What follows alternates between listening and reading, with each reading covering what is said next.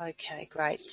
Okay, so today let's start with our training overview. So super user training, that's complete. So that included your configuration, your management and administrative training with your courses. And I did have a look, you've got your courses configured, and I've also done a little test one as well, which we'll get to later. And that's been delivered to you guys, your super users. Okay, you're the module champions. But also too, the great thing about this project is you're also the end users as well. So you'll be using the end user front-end workflows, as well as helping other staff that may be doing any of these end user training workflows. And as per our other sessions, we're doing them in the module workshop format to you guys, and then there's additional users, which is your front of house reception staff, and really for you guys, the courses and swim school managers.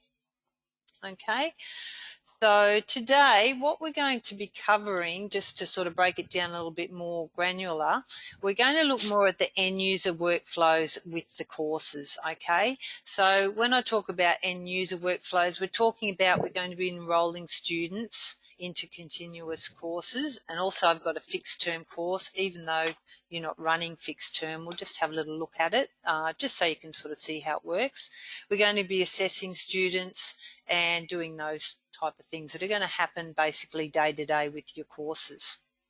Okay, we're going to move on to managing our courses, and that'll be things like cancelling your classes, moving your students to other classes, and those type of actions.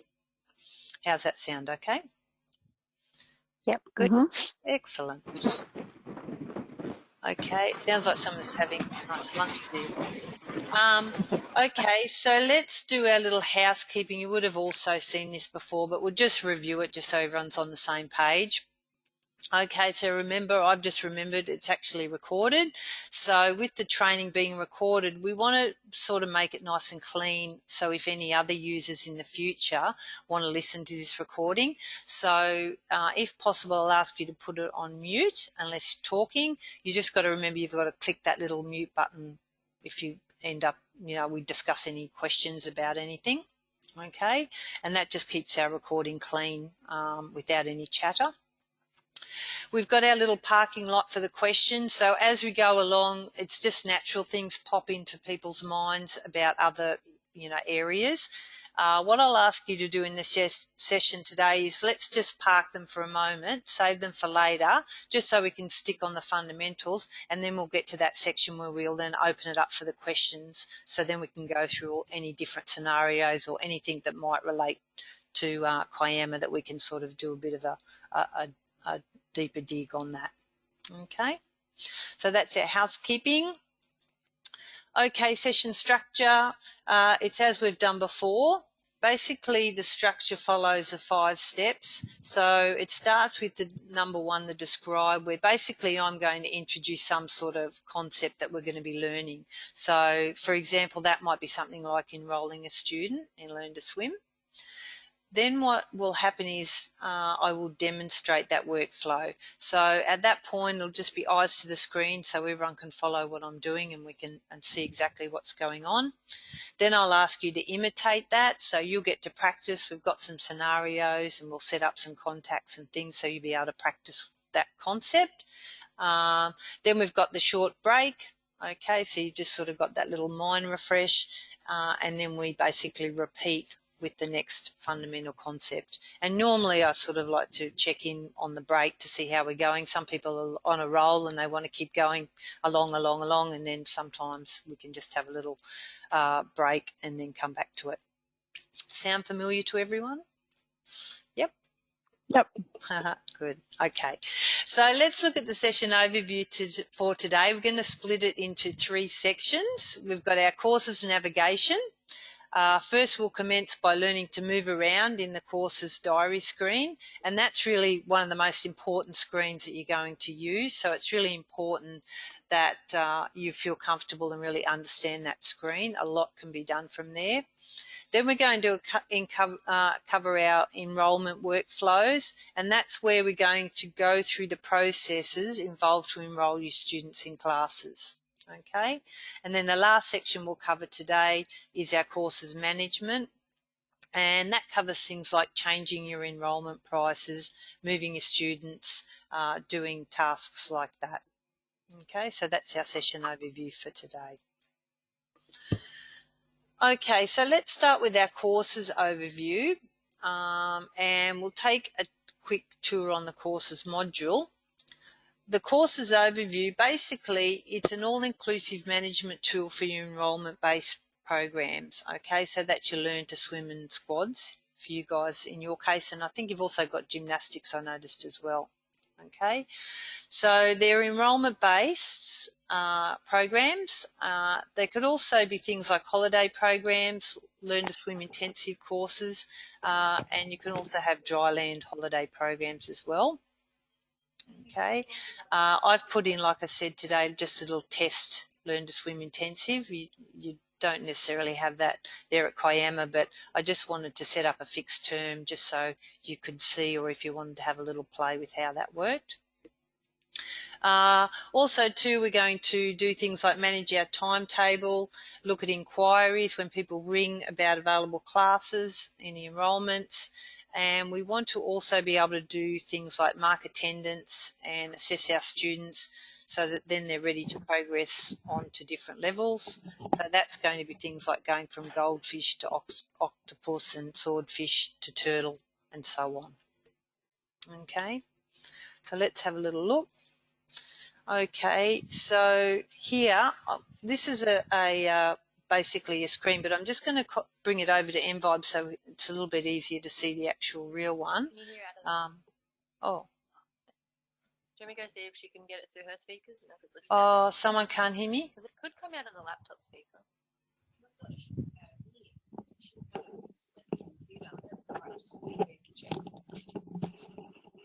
Someone's got IT problems? I think it might be Janine and Sam. Oh, okay, they haven't. Yeah, we just can you hear me? Yeah, we can hear you.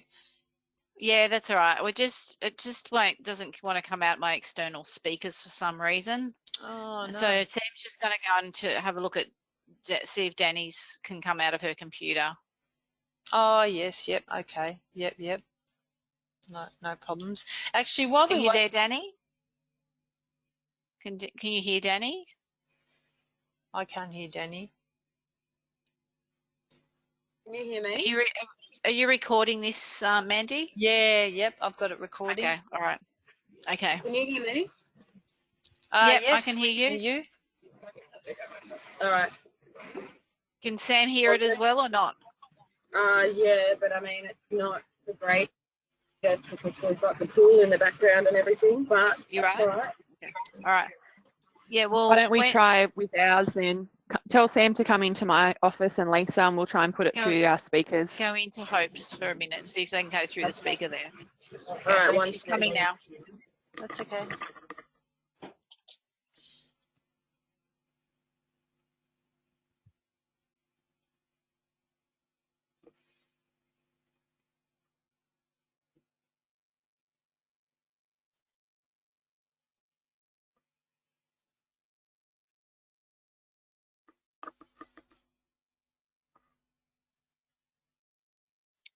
The go-to meeting's a bit different, so I'm not sure where all the mute things and that are.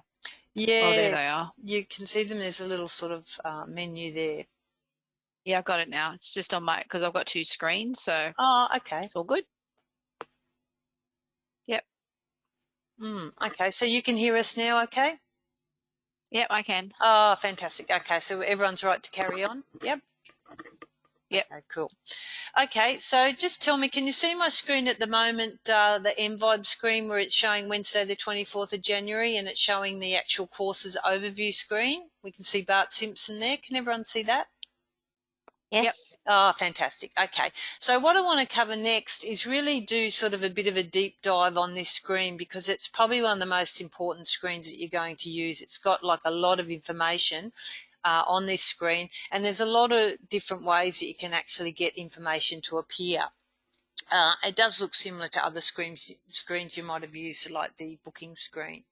So basically over here, if we start in this top left-hand corner, you'll see we've got our navigation arrows. So we can go here to go forward and back a day, okay? And then you've also got the ability to go forward to the week or back a week.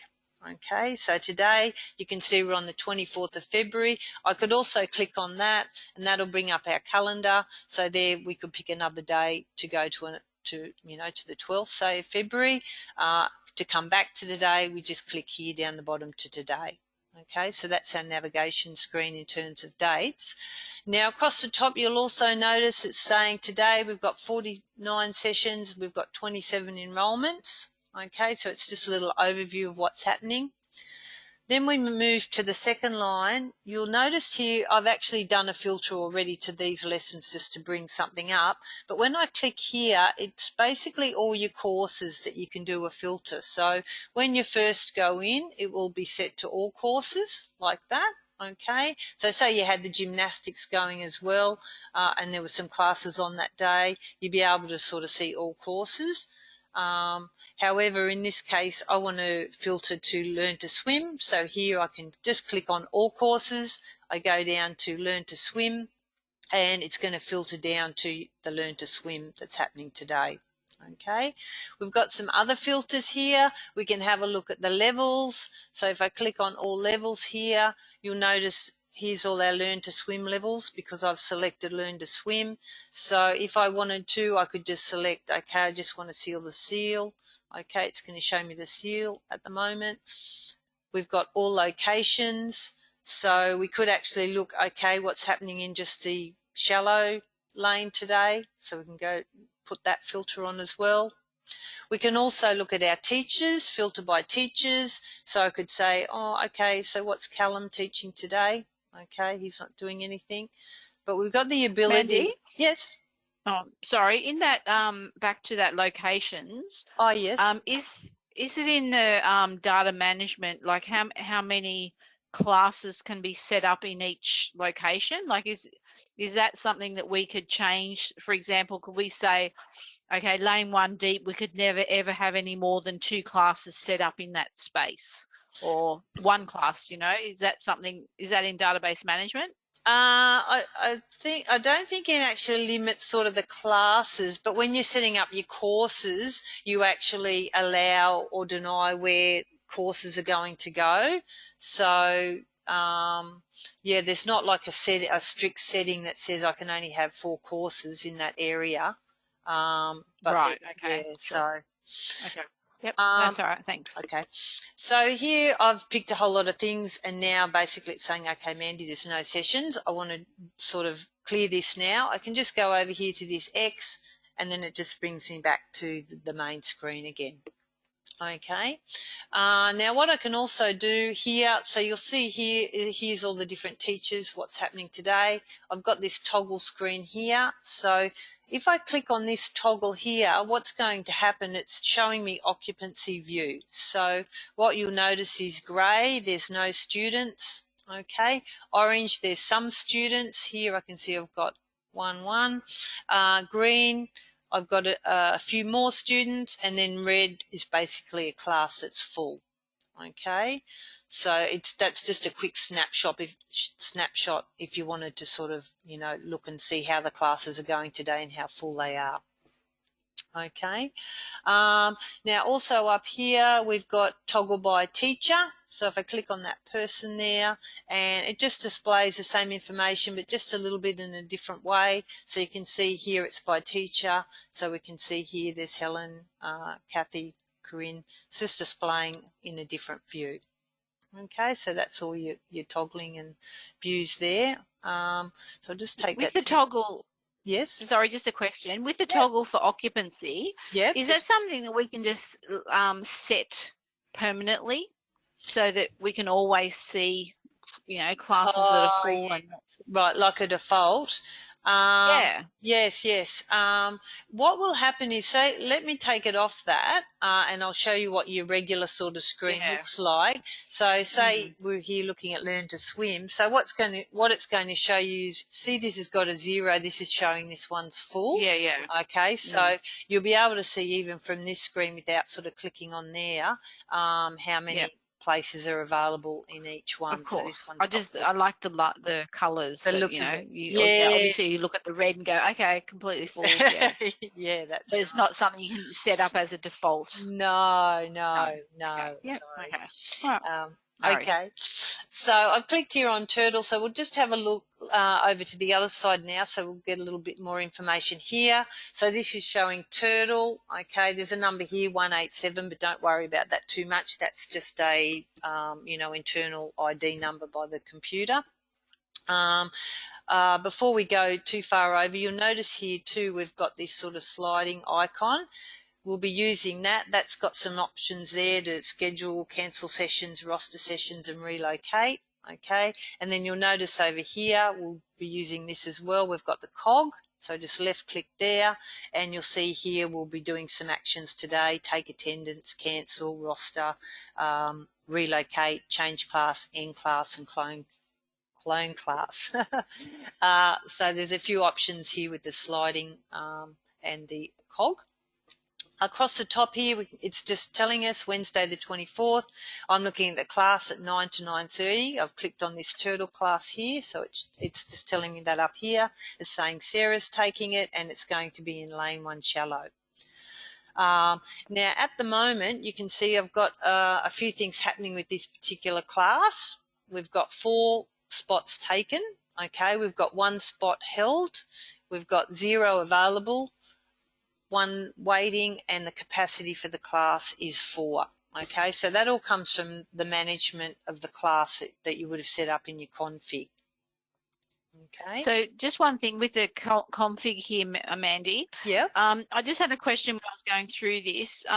So if a child reaches 100% in their, like they've ticked off all their competencies. Yes. And they want to go into this class, and we've put them in as a held position. Is that what we do? That's the position that's put in as a held, or is it as a waiting? Oh, right. Okay. Or do they automatically? Yes. Yeah. Okay. Yes. Okay. So on the side here, this is showing. Yeah, sorry. Yeah, no, you're right. So on the side here, you'll be able to see their sort of assessment levels. So this guy here, he's ready to go up. He's got the arrow. He's only completed 67. Yep. Okay, we'll move on to Holly. So basically what's happening, let's use a scenario. There's 1 spot left. So what we've seen here is Holly. She said, okay, I want to hold a spot to book in. Okay, but she's going to confirm by the close of business day. So basically she's sort of the next in line, I guess. She's saying, hold me a spot, I'll confirm by the end of the day. Okay. Yep. This guy here, Jeremy, he's on the wait list. So you haven't actually held a spot for him. He's just saying, look, I'd like to, let you know that I'm interested in a spot. I'll go on the wait list, and basically if one becomes available, you'll notice here then, you can move him into the spot. Okay. Can I just ask a question? Yeah, sure.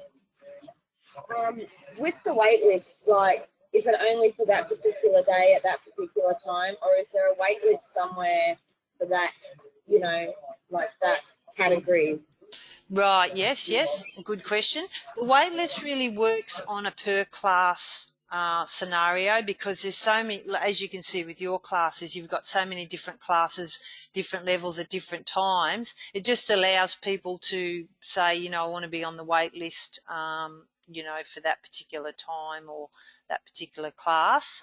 But then if something else popped up, like say they said, oh yeah, I'll go on a waiting list, and say they were available Monday, Tuesday or Wednesday at any time. Yeah. You're not really going to go through and hit them on every wait list. What what we'll do with that, because I don't want to bypass going off down into putting people on wait lists at the moment. That's going to be part of our exercises. So what I'll get you to do is just park that for a moment, because you'll actually find once we get into this hold and wait, you'll discover the sort of things that come up and asks you about those things. So so I think you'll find that'll be covered in that. Thanks. Okay, so we can see here. Now you notice also too, we've got our tiles here. We've got functions, management, inquiry. We're going to use those in a little while as well. The functions, that's just got some additional things in here, some reports that you can run, reports about students to progress, etc. So we'll be covering that in a little bit. We've got management, so that's where you would have done your configuration. So from within the courses module, you can actually go in and move and do things from in there, create courses from there. And then we're going to get into this inquiry screen a little bit, where you'll actually be able to use this when you've got someone that rings on the phone. They might have, multiple siblings, and they're trying to work out a day that they might be able to come in so that their different siblings can do the classes, in different levels and things. Okay. Now, if you need to have a look for a student, we can go here. Now, I wonder if I can think of someone that I've enrolled here. Boo Boo, maybe. Okay, so you can see in here, you can go into the contacts from here. Okay, and it's brought up Boo Boo. We can actually go up here to the top right-hand corner and go to View Enrollments. Okay, and then from in there, we can see what he's actually enrolled in. Okay, and also too, once we get sort of a little bit further in, we'll be doing some other actions here within his enrolment. Okay, in regards to moving and etc. Okay, so let's just go back up out of there. Okay, so you're able to, access contacts from within this screen as well. How does that sort of sound so far to everyone? Good. Sounds all right? Yeah. Yep. Awesome. Okay. So what we might do now is let's have a little talk about the course structures, and I know you've set some up so you've got an understanding of them. Okay, can everyone see that course structure, continuous, ongoing and fixed term? You can see that PowerPoint? Great. Okay. So we'll just sort of review the old continuous, ongoing versus fixed term, just to make sure everyone's on the same page. Okay. So does anyone know just offhand what the difference is between the ongoing and fixed term from what you've sort of done so far? Yep, so fixed term is pretty much what we were doing before, where it was term by term. You had the option to do upfront payments. Continuous, we don't. It's direct debit only. Oh, it's written there. I'm not reading the screen. That's good. That's good. I'm such a cheater. That's good. Fraudster hope. Continuous, we can pause at any time. So if we want to still put in our holiday breaks, we can. That's it. If we have carnivals and we need to just not grab a direct debit for that week, we can. That's right. Fantastic. No, that sounds good. And with you guys, you've got your Learn to Swim squads and your gymnastics on your continuous ongoing. And the fixed term, like I said, we'll have a little look at that. I've just done like an example one of a holiday program with the fixed term. Okay. The beauty of the continuous ongoing, as you know, you can just do the shutdowns. So when you're on the school holidays or over the Christmas, you can do your shutdowns, and then people don't have to re-enroll. They've got their spot. They can relax over Christmas and go, oh, I don't have to worry about getting back in. Yep. Mandy, just to refresh, was the shutdown only from Monday to Monday? It depends, yes. It depends on your really it's the direct debit cycles, and we'll get sort of into that, but you're correct. If it's, because I'm glad you brought it up actually, because it's been a bit of a hot point with this COVID. So because you've got these direct debit cycles, you've got to work in a way to make it easy on yourselves within those cycles. So if you're going to have a shutdown, it's got to be a week or more, okay? If for example, in New South Wales, they came in and said, okay, we're just going to have 5 days shutdown, like what happened in WA. In that case, it's less than the week, so we would go for the cancelled classes. Okay, so you're still able to give the credits or passes or however you decide to deal with the cancellations. It's just a lot cleaner with the direct debits. It doesn't try to do sort of pro rata payments for less than a week. It just really doesn't. It's very messy for less than a week. So yeah, if you can keep sort of in your mind, more than a week, shutdowns, less than a week, cancel classes. Does that make sense to everyone? Yep. Fantastic. Yep. Yes. Awesome. Okay, and yep, fixed terms, as Hope said, it's got the start and finish date, so it's really good for things like holiday programs, and you basically can have the upfront fees, and then basically once it's finished, it's finished. If you had, a couple of holiday programs but they were different, it's that re-enrollment, so they would go on re-enroll for the next holiday program or fixed term. Great. Okay, so what we might do next is let's go through enrolling. So I'll just change it back. Let's go through this enrolment together now. So I'll just put it back over here.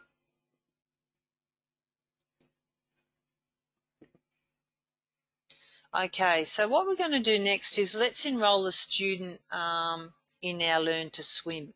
Okay, so this is going to be a student that is going to come into Learn to Swim and going on to direct debit. So I'll take you through that. Okay, so basically what will happen is we're in our enrolment screen here. Say, for example, this particular lady said, okay, I want to do the penguin at 10 o'clock. Okay, so I go here and basically what I'm going to do is I don't think I actually put this person in. Okay, anyway, let's go through the whole adding the contact as well, just to be sure everyone understands. So by clicking on that big enrolment button, it takes me into this screen here. Now, if I've got an existing contact, what I could do is bring that contact up, but let's go through the whole process of adding someone on and assigning a guardian as well. So we'll start there because that's really probably one of the major things that you're going to be doing on a regular basis. So I click here on New. Okay, and that's opening up a screen that you've seen many times before now. Okay, so I'm starting with the student's name. So say the student's name is Tanya Ryan. Okay, so I'm popping that in. Okay, and she's a female. Now, you can put the date of birth in. Your courses, I notice, progress by date of birth, so it would be good if you got the date of birth of the child. Okay, pop that in, and also too on your courses enrolment overview, it's going to show the age of the child as well. So I'll pop a date in here. Let's pick something for this for Tanya, and let's say 2017. Hopefully, I've got the age right for that category. Okay, so at this stage we've got this information in. We don't want to actually record any emails or mobile numbers or anything against the child, okay? So what we're going to do now is actually pick up the guardian. So I go over here to this button here, Parent Guardian. I'm just going to click on that, okay? And again, it comes here to this contact screen. Now, if say her mother Jill Ryan was already in the system, you could just look up Jill, okay, and pop her in, okay. But let's say in this case she's not there, so I'm going to click on New, and this is where I'm going to record the guardian now. So this is her mum in this case, so it's a female, and this is where against the mother I want to sort of create those contact details and trigger details. So I'll pop something in here. We've got 412, okay, and then an email. Hopefully she supplied that.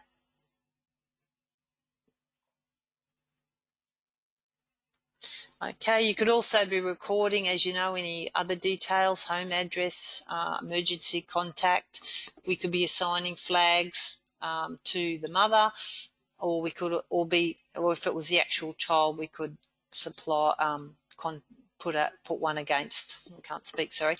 Put a flag against a child. So so you can see here now we've got Jill Ryan. That's the parent. We've come back to Tanya.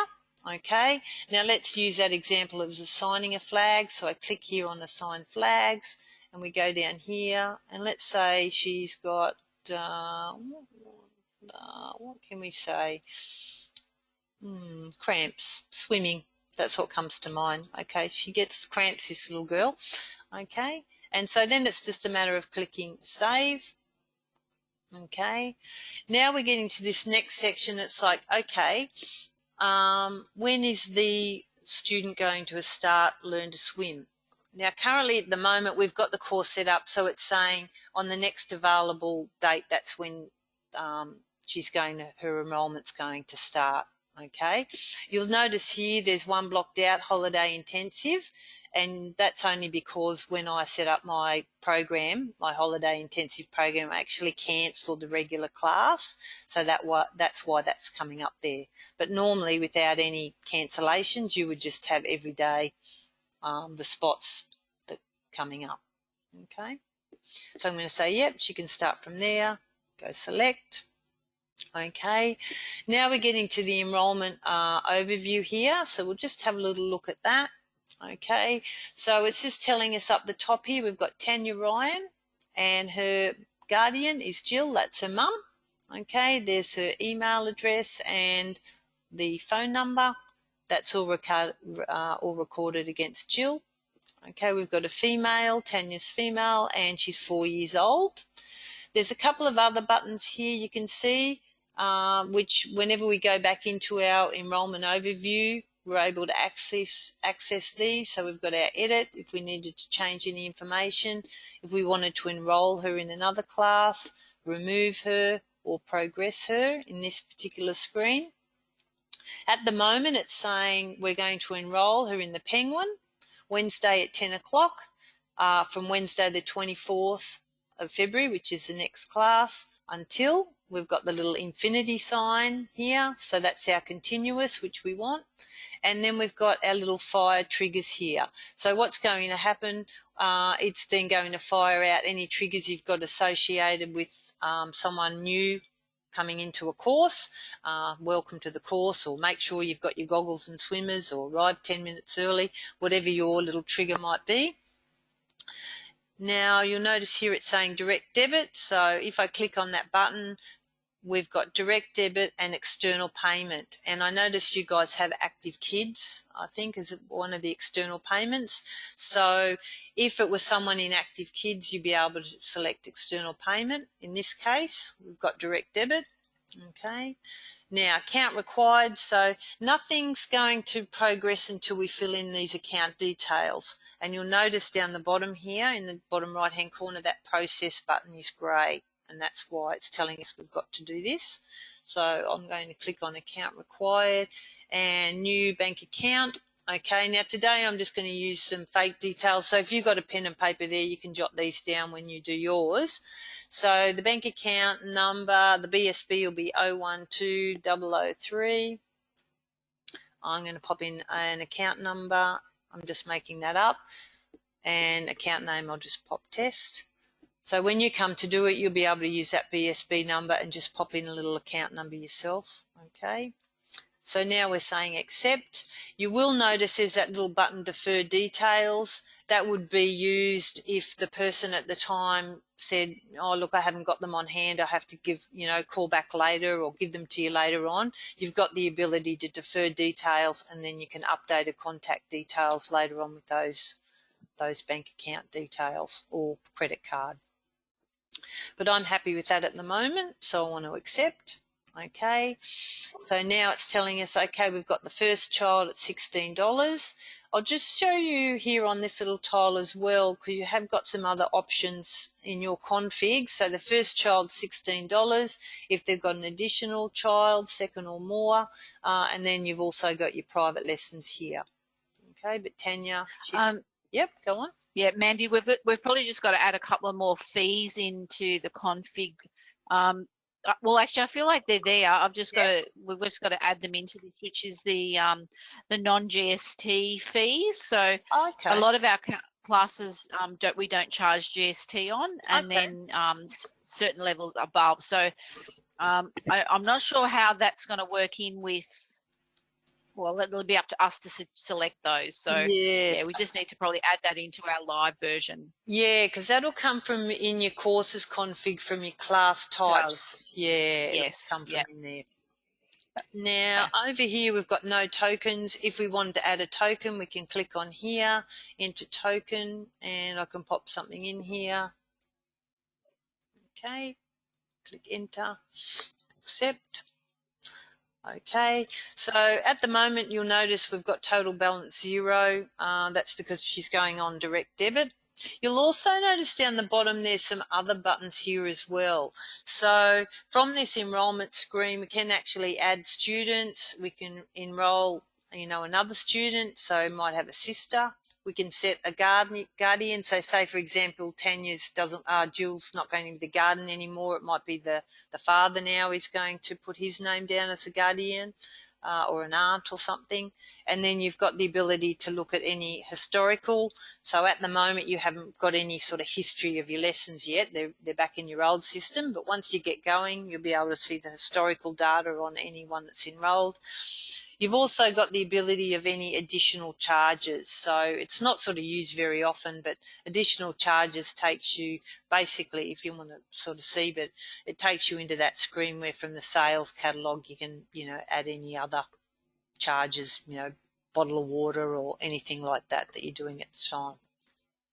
Okay. So Mandy, just to clarify this, so if we've got a parent that has 3 children, we would enroll. Is it an add student or enroll another student? Yeah. We're going to cover that in a moment, actually. Oh, so yeah. Okay, fine. No, so I'll take you through the multi-sibling just so because it is a bit of a workflow there. So we'll go through that together in a moment. So that's all good. No worries. Thanks. Yep. Okay. So let's click on process. Okay, now these are all grayed out because we're doing direct debit and it's telling us here she's going to be in the Penguin, first child, 32 fortnightly. That's perfect. So we just click on finalise. I haven't opened in Shift, so we just go continue. And we've just got that sort of little easy debit screen. Hopefully it's going to go through. How does that look? Am I correct? Yep, go on. Yeah. Am I correct to say that all direct debits, if we're running it on a fortnightly basis from the training, that all direct debits will be coming out of everyone's bank account on a Monday, regardless of what day they're booked in? Is that right? Exactly, that's correct. Yep. Yep. That's right. No Different to the membership, I think, which goes on the day they joined. Yeah. On the day they joined. Yeah. Yep, no problem. No worries. Thanks. Hopefully this won't take too long.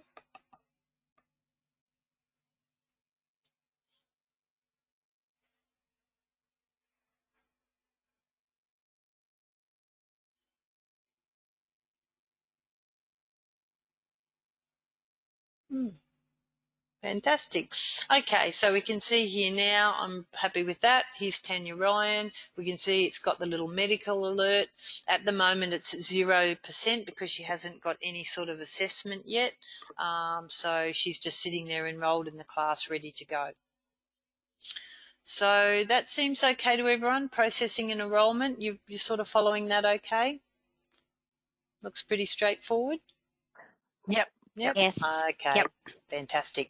Okay, what I'm going to take you through now, it's not something you're doing at the moment, but I just thought we'll go through it just for good practice. It's enrolling a student in a holiday program, a fixed term upfront. Okay, so I've got my holiday program now. I think I've got it. Let me have a look.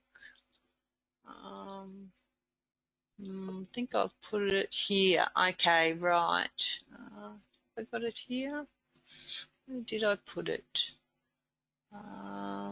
Let's go over here first. This might be better. Let's go by here. Okay. So here, Monday, 1st of March, I've just used that filter to say, okay, I only want to see at the moment the intensive courses that are happening on Monday, on Monday the 1st of March. So I've just got a little course of the Penguin. That's going to go every day, Monday to Friday, during, let's pretend, holidays. And I've also got a seahorse intensive every day at 10 till 10:30. Okay, so let's go through enrolling someone into the Penguin. So I'm just going to click on here. Okay, now I've got some people already enrolled in there. I'm going to click enroll. Okay, and new, let me say we've just got Louise Shaw. Okay, and she's a female. Again, I go to this parent guardian, and I'm going to click on new. I'll say here the mum is Beckshaw, so just pop her details there. Female, again, I want to make sure I grab her number. Okay, and email would be really good too for those triggers.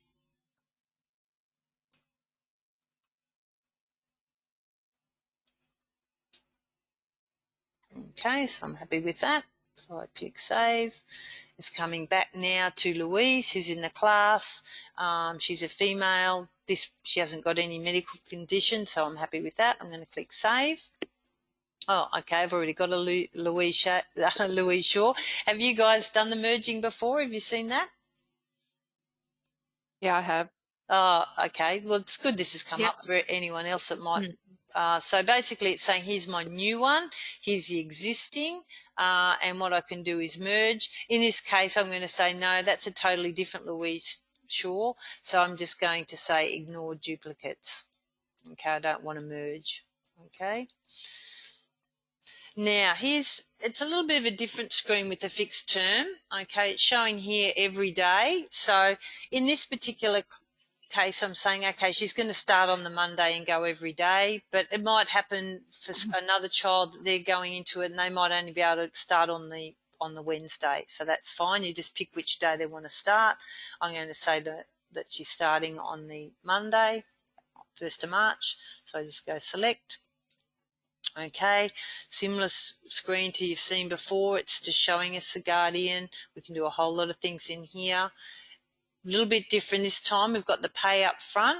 It's saying she's going the intensive course for $16. And here you'll notice it's saying at $80. Okay, I can give her a token to come in, enter token. Okay. So what's going to happen now is she's actually going to pay up front. So once I click this pay button, it's going to ask, is she paying FPOS, cash, etc. I'm going to say FPOS, $80. Okay, balance. And then I'm going to finalise that. Okay.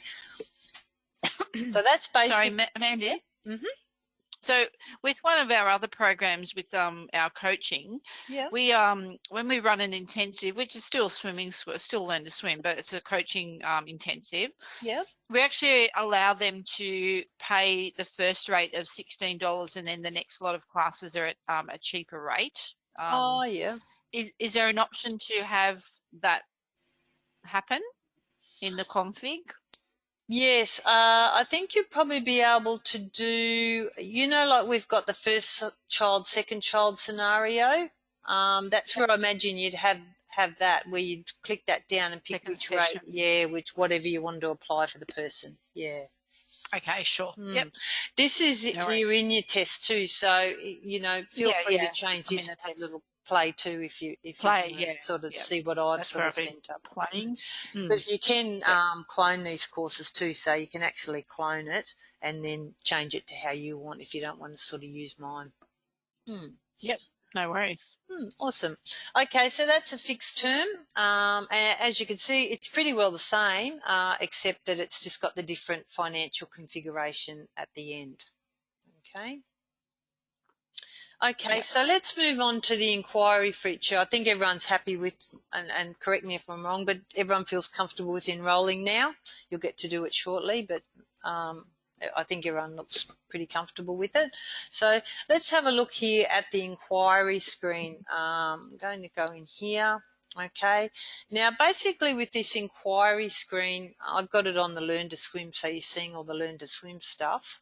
Oh, hang on, let me change it up here to Learn to Swim, our general Learn to Swim. Okay, now where this inquiry screen is quite useful is, say for example, mum rings up and she says, okay, I've got 3 siblings, I've got Larry, Curly and Mo. Larry does a seahorse, Curly's a penguin and Mo's a seal. Okay, but they all want to do the Learn to Swim program.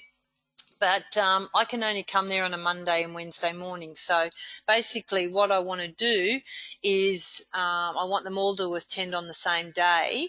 And they're basically asking you sort of on the spot, okay, what are the possibilities here? What have you got on those particular days? Okay, so let's go through doing that, because it is sort of quite complex if people have got a few different kids in different levels and they are only able to come on certain days. Okay, so first off, let's use our filters. So we want to say that we want the levels. What did I say? We want to have a seahorse. And if I just click up here on seahorse, what I can do here is filter with some other ones as well. So I'm going to say I need to look at a penguin and also I need a seal. Okay, so I'm selecting those 3. Now I'm going to have a look at the days. So in this particular case, it's a Monday and a Wednesday. So I click on the Monday, okay, and I also say the Wednesday, okay. So that's sort of narrowing it down again. And also we've got our Learn to Swim. Okay, so that's fantastic. So if I just go down here now, so basically this is now showing me all the different options that I've got. So the Monday, I've got these particular classes, penguin, seal, seahorse, and then on the Wednesday, penguin, seal, seahorse, okay. And you've also got over here just which ones are available and where you're sort of running out of space. Okay, so you'd be able to say to the mum, oh, you know, does Wednesday suit you? If it was a Thursday, for example, if I click on Thursday and take off the Wednesday, I think you don't have any on the Thursday. So in this case, you'd be saying to the mum, oh, look, you really only got the Monday. We don't have these classes on the Thursday. So, you know, that's what options. If you were standing, That's great that's a really good advantage. We get a lot of inquiries for multiple children, so that's great. Yes, particularly if the mum wants to just do it all on the one day. It's really good, isn't it? And from this screen too, you can also start an enrolment as well. So let's have a look here. So say for example we start with the penguin, okay, and if I go enroll, okay, now let me see, I think I put some in to save time here. Tommy Tucker, I popped him in, select. So what I'm going to do now with you guys is let's go through this multi-enrollment, okay, what we just discussed when you've got a few different kids, how to deal with that. Okay, so mum said, okay, let's start with the penguin. I'm going to put Tommy in. So we're starting with him. We're going to pick the day where it's going to start, and it's showing me the next available class. Go select. Okay, oh, hang on, I've already got some in there. Okay, so these are his siblings. I think it's because I already put them in as siblings. That's why it's come up. Okay, so here it's saying enroll Tommy in this particular class. Direct debit.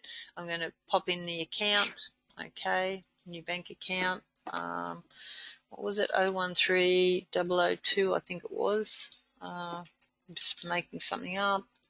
Test. New bank, accept.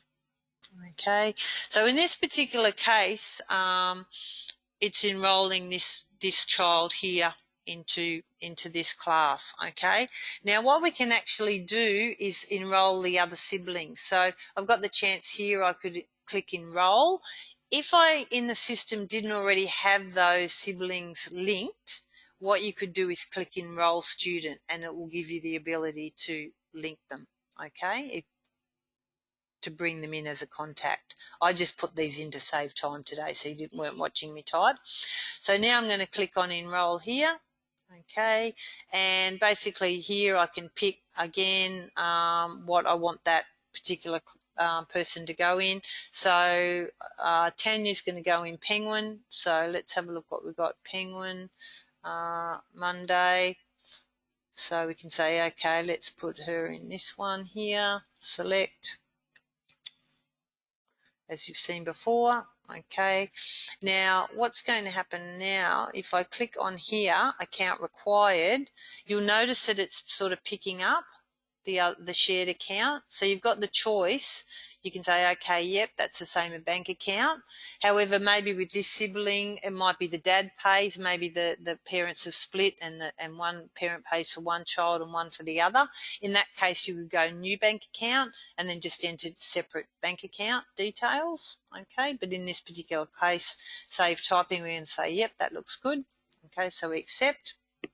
Now we come here, this is the actual second child, so I just click on that and pick second. Okay, and we've got our last one here. So let's have a look at Tanya. We're going to enroll, and let's pop her in Seahorse here. And let's try this one. Okay, next available class. And basically here, if we go down, account. Excuse me, Mandy, so does that just automatically pick up the siblings? It does. Yes, it does. If you've got them at the moment, I've got them linked. I put these in. Yeah. So returning children, you'll be okay. If it was a brand new sort of enrolment, then you can put the first one in with the guardian, like I've done before, and you just click on the bottom, enroll student. Okay, and then you're able to link them all from there. So or do a multi, all in the one screen. Now we need to down here say this is an additional one, so that get a slight discount. So basically at this stage you can see I've enrolled Tommy, then there's Boris and Tanya. Okay, and I'm just going to click process. You allocate your tokens, that's what you guys would be doing. Okay, we click process. Okay, it's showing us what our fees are going to be. We've got the second child, the first child, that looks good, and I click finalize. And then it's just going to go through and process that enrolment. So what's your sort of thoughts and feelings on the multi-child enrolment? Does that seem okay? Yeah, no, I love it. It's just if we're able to sort of if all our current students are going to be imported in, if that's going to happen, we'll probably have to do that as a setup in the background to link each sibling to make it a bit easier in the long run. Yeah, they're basically just the linking's all really to do with the guardian, basically. So as long as you've got to sign the same guardian, it will know that they're all linked. So, and within that screen there, and within that screen there, you can actually assign the guardian. So even if one comes in and it hadn't been linked, you hadn't linked it, I can take you back to the screen. But basically, you can actually, there's another tile, assign guardian, and you can basically assign that guardian to the child sort of on the fly. So where's because we're setting these up in contacts, is that right, Mandy? Yes, that's right. But whenever you do your enrolment, you've got the ability to click new and add a new one in and assign the guardian, or you can pick up one. Where is that in that screen? Yeah, where's that assign guardian? Yeah, okay. I'll just wait till this finishes and we'll. Yeah, okay. Sorry, I'm in test. I'm just. Oh, yes. Okay, so while that's going, that's fine. So if we go back to our courses, so this is how you're going to do it. I'm sort of doing it how you're going to do it on a day-to-day basis because you don't want to be going to contacts. So basically, say on this particular class here, someone wants to do something, so you're going to click enroll. Okay. Now, once you go enroll, this is where you've got the ability to add a new person in. Or if it's an existing person, I don't know if I've got someone in there, but say it was. Well, can you do me? Because I've actually booked myself into a class. So just JENE. Janine. Now where? No, go the Bilbo one. the up higher. Oh, Yeah, here, that here, one. Oh, yeah, that one. okay. Yeah. Click So on that one. remember, when the So- enrolment's always a child, so you would be the Yes. child, and I'll go select, Yeah. and then all you've got to, Yeah. yep. I've booked myself into a class already. Oh, yes, okay. So say, for example, you've now got this screen here and it's like, oh, okay, now we want to assign the guardian. We just go down here to set guardian, and then you might say, okay. oh, Right. Aaron's a guardian, and then we can link you that way. And then once you're I didn't realise it was there. Yeah. Yeah, no, that's fine. And then, like we were saying before, if all of a sudden then the mum goes, oh, hang on, I also want to put in the, the other son or whatever, you can pick that person up, and away you go, sort of thing. So No worries. Cool. All right, Yeah. that's fine. I didn't see that guardian down the bottom there. Yeah. The good thing too is because in test you've got all those lovely classes there to go. It is actually good fun, registering people and doing all the different stuff in there just to practice. So you'll be able to do all that, even though when you're live at the moment it's not enabled. Now, okay, so let me just go back. I don't know. Contact overview. Just let me have a look. View enrollment. So just see if it's here. One thing I didn't sort of point out is, let me just cancel. I didn't sort of. Do you? I don't know if maybe it wasn't configured. Do you guys actually have a enrollment receipt? When I was enrolling, I didn't sort of notice one coming up, actually. Let me just go through and quickly enroll someone again, because I've got here to Yeah, I talk didn't about. see that. Yeah, okay, well, let's pop someone in. I didn't. I followed you and didn't enroll.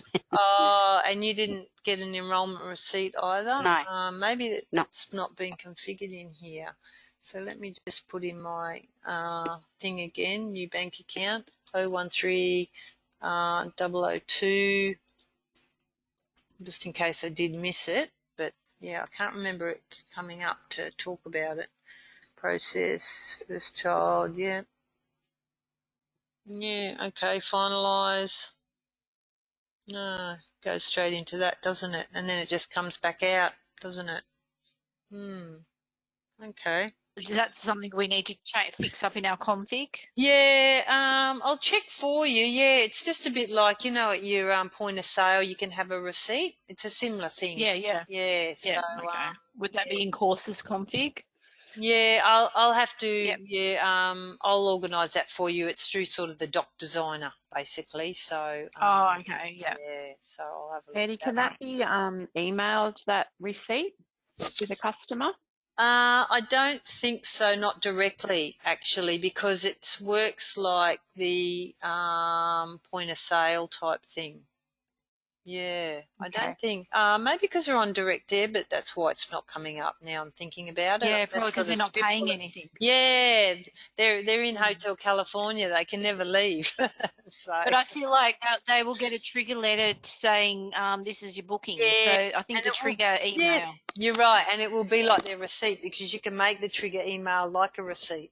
So yeah, that's fine. Okay, Just on the sorry, can I ask a question? Sure, yeah, please. When you're showing us the multiple, the multi-sibling enrolment. Yeah. Can we email that to customers who are sitting at home going, I'm just trying to get my life in order and see what days I can get Boris, Tommy and... in the inquiry screen? Yeah, so often parents will ring us and say, what's available? I know when we go online, they'll be able to look at these things themselves, but I'm just thinking, is there a way we can email them some options? It's not a guarantee. Yes, I see. Once you pick that particular thing, I don't think so. Not here, because I think that's why they've called it inquiry screen. It's merely, it's not printable or anything from there. No. Yep. Yeah. No worries. Okay, so the good news now is you guys get to have a little play. So what I'll get you to do, has everyone got a piece of paper and a pen? Yes. Fantastic. Okay. On that piece of paper, what I want you to do is you're going to write down 4 contacts, okay? And on the third, so put down the page 1, 2, 3, 4. Okay, and on the third one, you're going to have siblings 1 and 2. That'll be where you're going to do the multi sibling enrolment. Okay, so just jot down some names: movie stars, pets.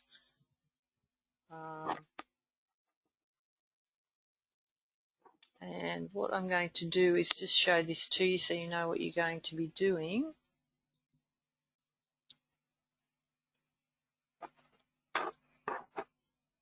Okay, so you should be seeing now basically your first scenario. Scenario 1, child's going to enrol in a class, use their bank details, set a guardian and assign a token. And those bank details is just 013002 and then just a little number, not too many numbers. I just keep it short, and then test or something like that. Okay, so let's start with that first scenario. What you're going to do is go into your courses, and you're going to enroll your first child into a class. You'll be adding them as a contact, assigning a guardian, and going through and enrolling them. Mandy? Yeah. We've just been advised by Sam and Danny, they don't have tests loaded onto their computers. So Okay. can they pop in and just do that exercise with Lisa and I here? Yeah, please do. Yeah. Okay. That's good. Just so you know, they haven't dropped off the call. They're going to come and sit with us for All a right. sec. Fantastic. Yep. Okay. So, Mandy, I've actually done an individual child already, so I shouldn't have jumped ahead, but I was. That's okay. I'm actually up to the multiple children, Yep. but I'm at the last screen where it's got the cash EFTPOS check, and it's not allowing me to finalise. Do I have to press invoice there? Is that? Oh, no. What it'll be is count. Up the top where it says red, one of them's probably got an account. You haven't allocated their account Yeah, it's yet. actually got money on there. Oh, Oh, because I've put them into the intensives. intensive. That's Oh, why. that's okay. Well, that's another thing to practice. So Okay, that's all good you've done that, because now try doing them the multi in the Learn to Swim. Yeah, in the Learn to Swim. All right, I'll just cancel. So once I've set the guardian in that, if I cancel anyway, does that It's still so it's got here. It'll still keep the it's gonna guardian. Yeah, it'll still keep the Same. guardian. Go on. Okay, all right. Well, it did say that it will cancel anything in contacts. Oh, I So did it. I'll have another Okay. go. Yeah, okay. Oh, maybe it doesn't save it until it actually finalises a workflow. Does it once? Yeah. Okay. All right. I'll start again. It's all right.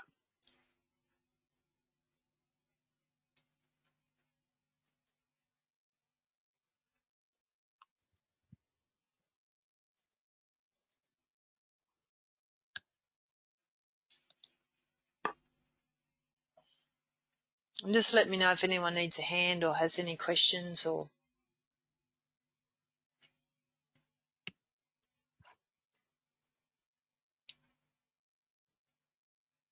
All right. So go in.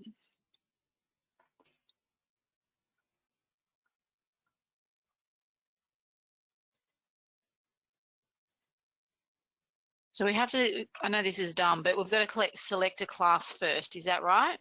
Yes, Before we that's correct. can, yeah, okay. Yeah, Yep, that's all it. right.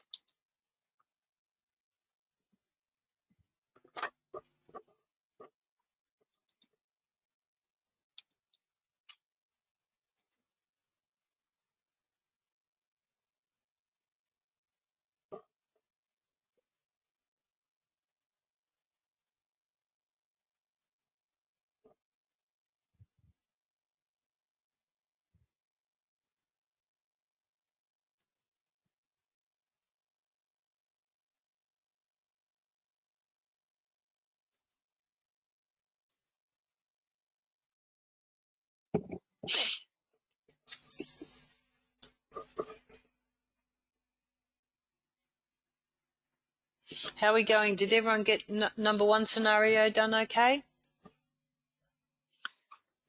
Yeah, because I had I'd set up some guardians. It's actually I'm trying to do 2 children at once, but Oh, okay. I've got to the point. Oh no, so the account required. That's right. Okay. Yeah, that's it. A share account. Yeah, Yep, all right. share.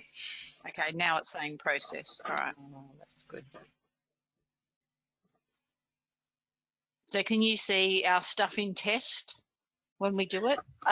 Yes, I will be able to. Yes, as you put them in the classes. Although there's lots of classes, I don't know what where people are putting things, but Oh, I think I just did today, whatever today's date is. yeah, well that's why I sort of had a lot today. It makes it easier on the day.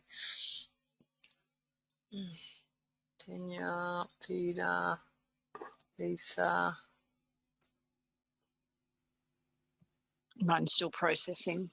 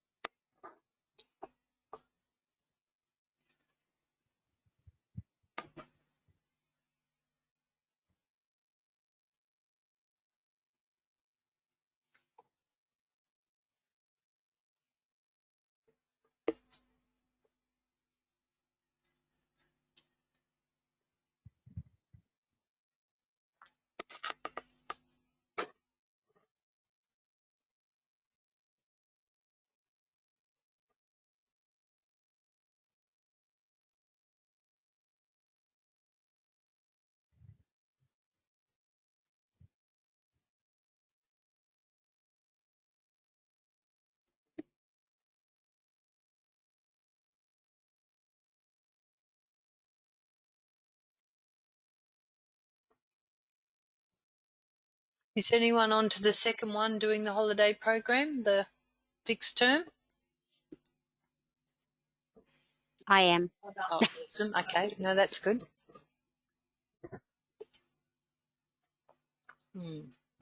Yeah, I've called it test intensive course up front.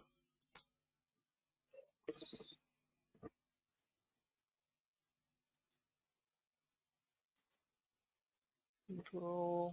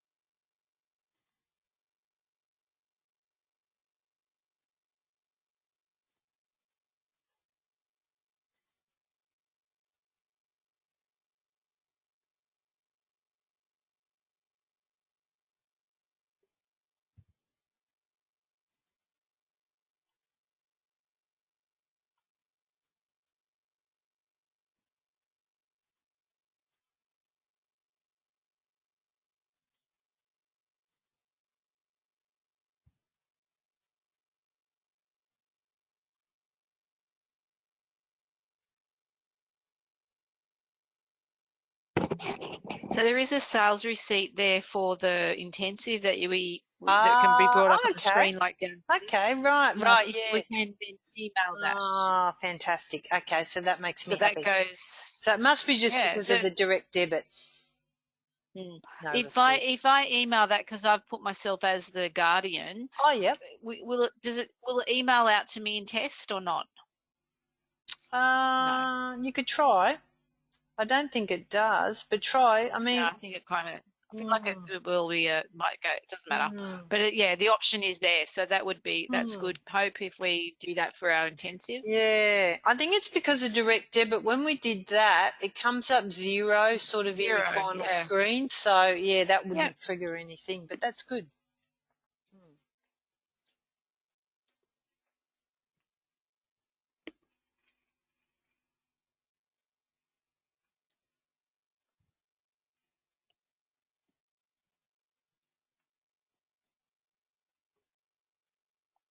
Has anyone attempted the third one, the Guardian, with the finding the best options? I did book my 2 in, but I didn't do Tuesday or Thursday mornings. I did that before. So Yeah, I think I put Tuesday or Thursday. Let me have a look because I had a feeling that, yeah, maybe it depends on what's on there, Tuesday, and what days were on there. Yeah, you've sort of got a choice. Oh, there's only turtles on there only on that day anyway. yeah. Yeah. Hmm. Hmm. Teacher.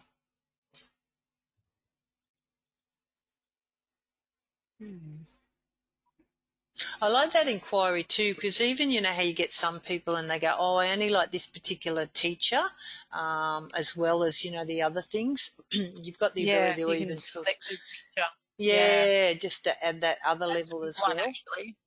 Because some It's a people big do one. their favourites, or the kids get their favourites probably.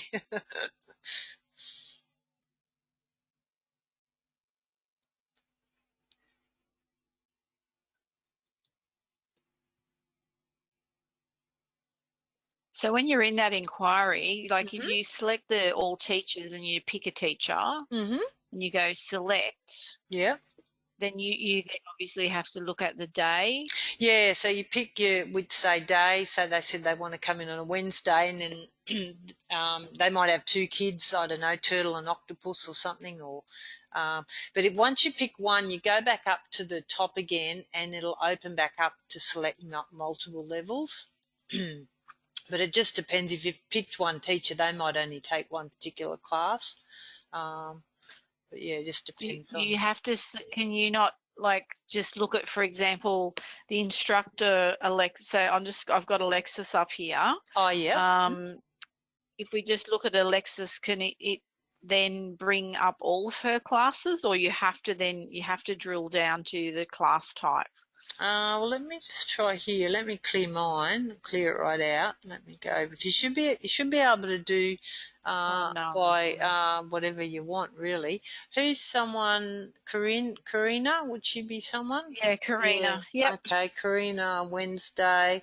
Learn to swim. Yep. I think you still have to pick your level by the looks. Yeah. Yeah, you still Which I have to mean, pick your they'd level. need to know anyway. Yeah. So Karina on a Tuesday. Okay, so Yeah. she's got And actually, once you because it's filter. got all across. Yeah. Yeah, you can go to each day and go, oh, well, how does Wednesday suit you better? She's actually got 3 classes that day, but Tuesday, yeah, she's only got Yes. 2 for octopus. Yes. Yeah. Okay.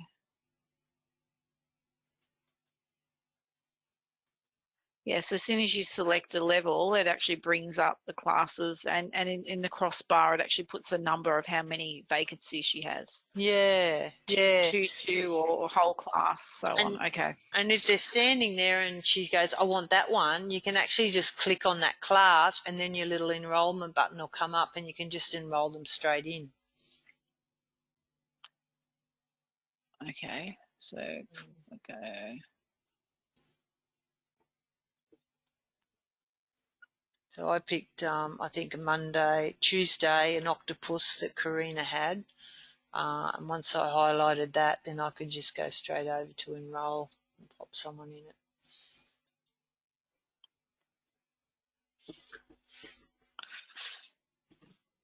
Does it identify that that if, for example, mum rings up and books Johnny into Monday at 10 o'clock in the morning into the SEAL class, and hangs up or pay, sets it all up and it's paid, and then there's been a miscommunication. Dad rings up a bit later and goes to book the child into that day. Does it stop you from doing multiple things on the same day, or what'll happen? Yeah, that's a good question actually, and you can try that to see for yourself. But what'll happen is when you go to that enrolment screen, once you've got that contact, it'll actually display any current enrolments they've got. So you'll be able to actually see they've already. And say, for example, like in the holiday, you might have someone that does their normal Learn to Swim, and then they go, I want to be in the holiday intensive course for a week. When you enroll them in that, you'll actually see the direct debit one display as well. So it shows you any other enrolments you've got. So then you can go, oh, no, that's good. I want them in intensive. Like, oh, no, they're already enrolled. Okay.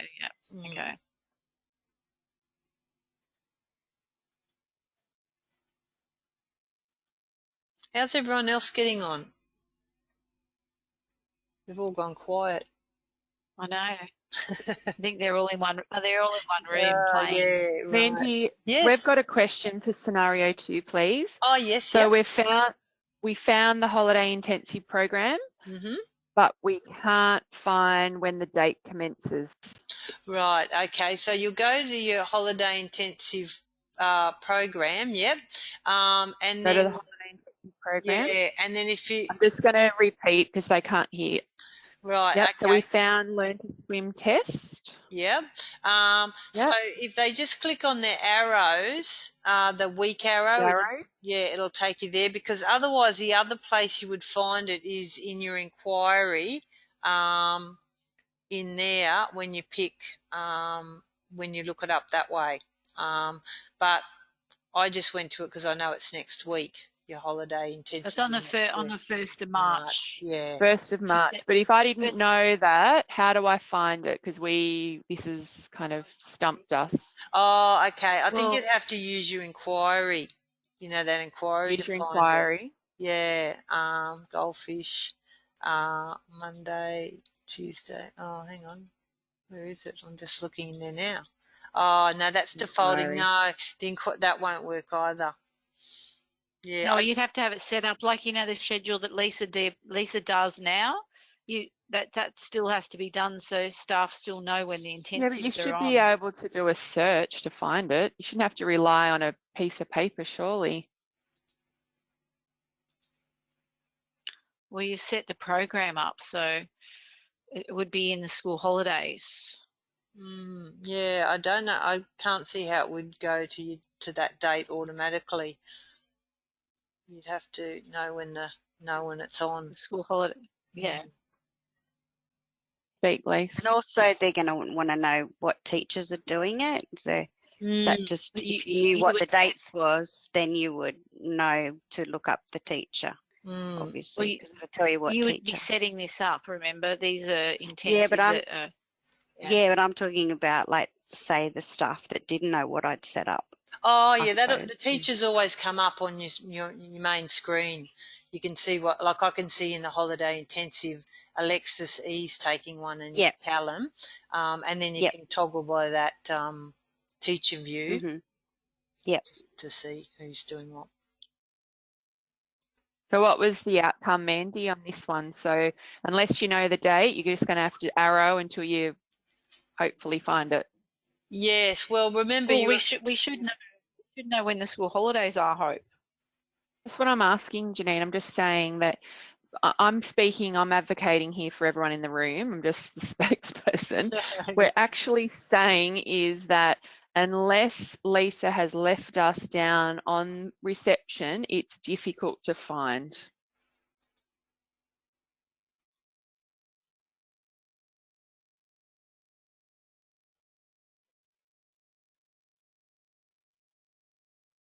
Is anyone there? Yeah. Sorry, I didn't know really what to say to that. Your normal Learn to Swims that you're on direct debit, they're all just going to be there anyway. We're only really talking about your holiday ones. So there's no way to search for the starting commencement date unless we have a hard copy down on reception that tells us when the intensive program starts. yeah, that's right. It doesn't do it by dates in here. Like you can pick a date and it'll show you what's on, but and you can. So, for example, Janine, in Cinnamon, you would put in term 22 and it will give you the option. So we're saying that we're going to have to make sure that Lisa's got the dates down at reception for the staff to know when to look for it. Or an email goes out to say this is the school holiday dates for the holiday intensives from this date to this date. So yeah, she needs to send an email to staff to say this is when school holiday activities are, as she does now with the code 22, because the system doesn't know. With Cinnamon, it never knew unless you set it up as a code 22 and and it's set up for you. It's the same thing. So you set up this in a date base. You don't have to allocate numbers like Cinnamon, but it's still, people need to know when the school holidays are on. So that would be an email that needs to come from whoever to say these are when our school holidays are like this is when we're scheduling holidays, or when the school holidays are, and during that time the intensives will be running. So it's a start date, yes.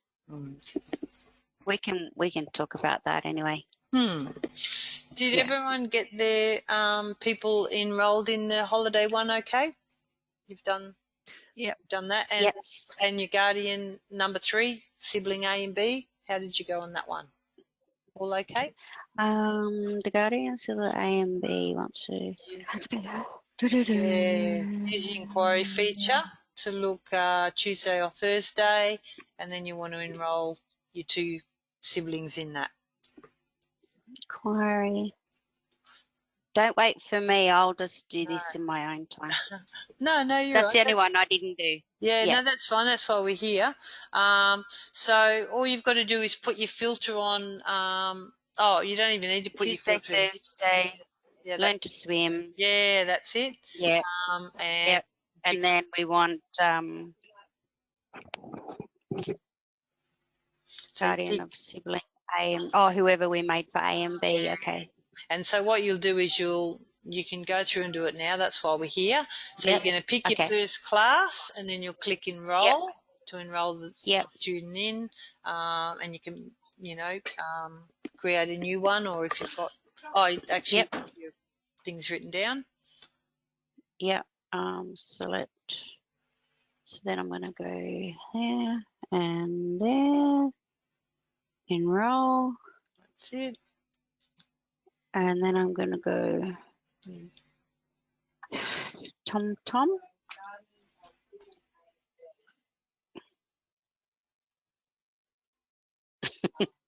Someone's the laughing. ones you made up. Hope. I'm glad someone's having fun. Sibling A and B. The one you made. All right. Oh, how funny.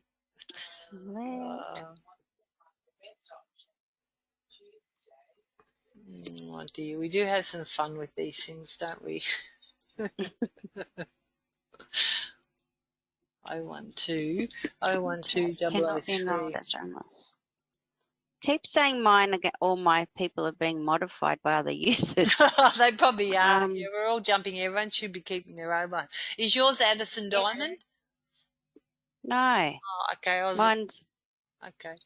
Tom, Wilbur Rabbit, and Kitty Meow. She's the guardian of them. Kitty Meow. I love that. That's my cat. Guardian of A and B. I think I'm having trouble getting back and forward through the screen.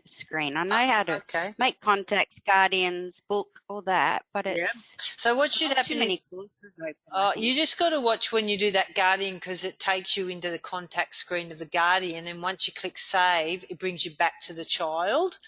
So it is a bit of, okay. that's what happens there. So it is a bit tricky because it's really only one name across the top that's changing, so it's not obvious. Yep.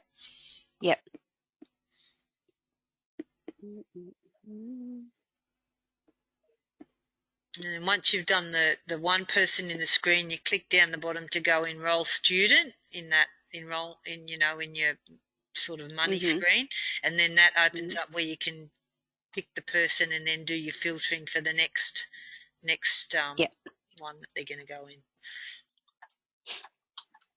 So you go, Monday, goldfish, whatever. Yep.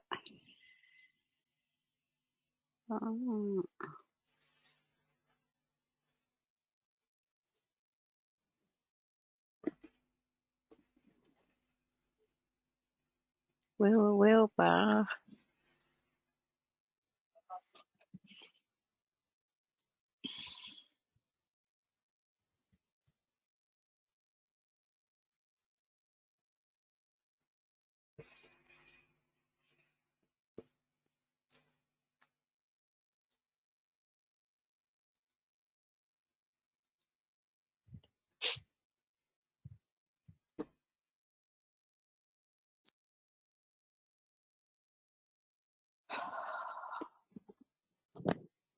Any success When there? you're enrolling, I've just got a question. Yes. When you're enrolling siblings A and B, if they've got the same guardian, do you know with the bank accounts, it still says that a new account is required? Yes, that will be coming up because I find the bank account comes up when you're doing it all in the same workflow, but when you come back to it later on, it doesn't sort of remember that bank account. So, when I did the multi-sibling at the same time, it was recognising the bank account.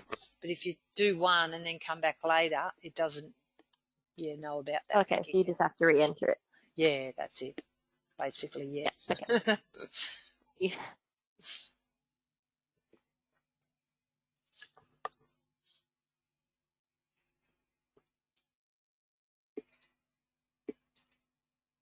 So everyone's got 1, 2, and 3. We're all happy with that? Yep. Oh, okay, fantastic. Okay, how are we feeling? Do you want a 5-minute break or before we go into holds, or how's everyone feeling? You want to keep going or you need Yeah, I want to have, can we have 2 minutes at least? Yeah. Take 5, go to the loo, whatever, and be back here Yep. in 5. That's cool. Thanks. No worries. See you soon.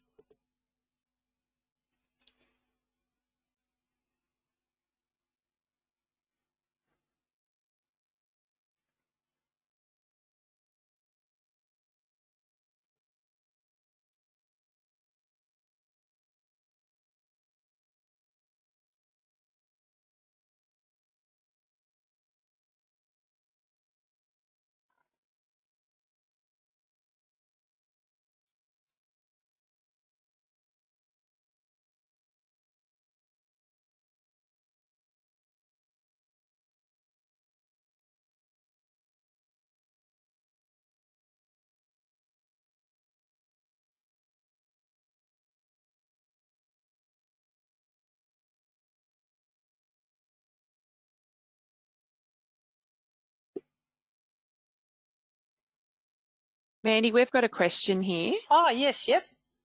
Yep. So if we didn't do the 2 enrolments in the same workflow, does the guardian see 2 separate direct debit transactions coming out of her account? Or had we have done it in the same workflow, would she only see the one amount for the 2 children? I think it all just comes out the same way, basically. Yeah, so it's regardless of how you do it, it will come out in her account the same way. As one total, say $32 a fortnight as opposed to 16, for example? Or will it show two separate transactions of 16? I'm just trying to think how it comes at the moment. I've never really looked at that in debit management. If it comes out, I don't know if I've done a debit run in here on someone, whether it comes out together or separately anyway, the 2 children. That's a good question, whether it adds together. I'm guessing for fees it would all add together, wouldn't it? You wouldn't want two separate amounts. It should all come together. Yeah. So, yeah, it would all come together. I don't think it's based on doing the enrolment separately. Okay. Yeah, it should be fine altogether. So you reckon it'll be, doesn't matter if you've got 4 children, it'll all come out as one transaction on that day. It's not going to show 4 separate transactions. No, that's right. I mean, I will confirm for you definitely from Sheena, the direct debit queen, as I like to call her. But I think it just all would come out together. That's how it would make sense to me to do it. Okay. Because from what I understand of how the program works, it doesn't seem to, because you're doing it separately, that it would spark it to do as a separate item. But I will confirm that for you. I'll jot that down. Multiple. Thank you. Any other questions, guys? No. Okay, so everyone's just taking a quick break, are they, Mandy? Yeah? Yeah, if you want 5 minutes. Okay. Be back. Yep, thank you. Okay, thanks. No worries.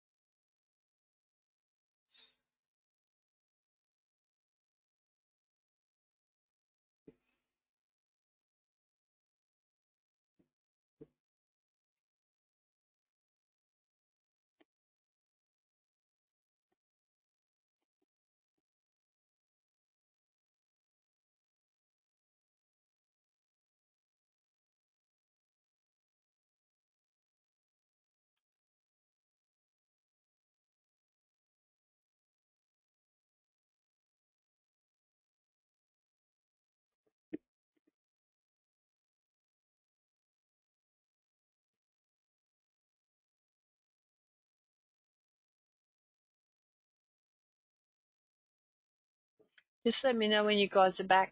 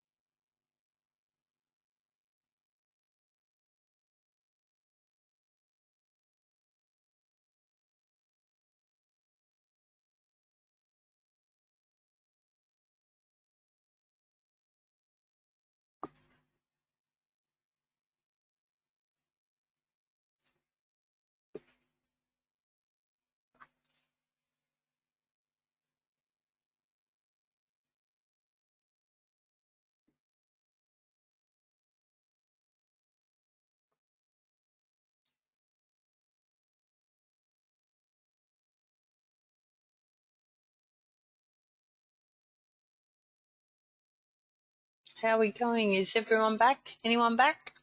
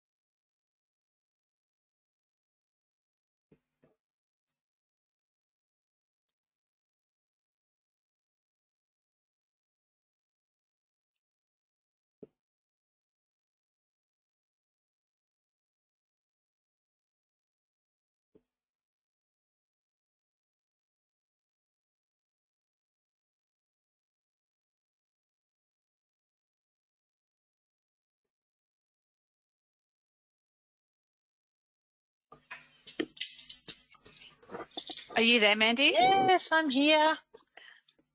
Did you end up getting a chance to have a look online for us? I did actually, and before you go, I will share my screen and show you what I've done, just to confirm before I do the full sort of, we go down that path, just to make sure you're happy with how it might look. Yeah, so that's all good. No worries. All right, that's fine. I'll make sure Hope's on with us as well. Yeah, once the I others think they're go. coming up now. Okay, yeah, cool. Yeah, it's sort of nice to actually look at. I left the other there as well, so you can just sort of then see it and decide which way you want to go, which is the best way. Way to, I think, to visualize it.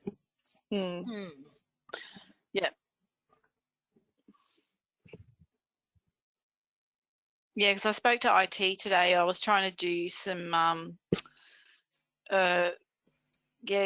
I couldn't get an email from, I tried to create an account and it cancels firewalls, and that was stopping that's what Peter the was email. telling me. Yeah, go on. Yeah, so David sent through an email to Nicole with the error message and what's coming up.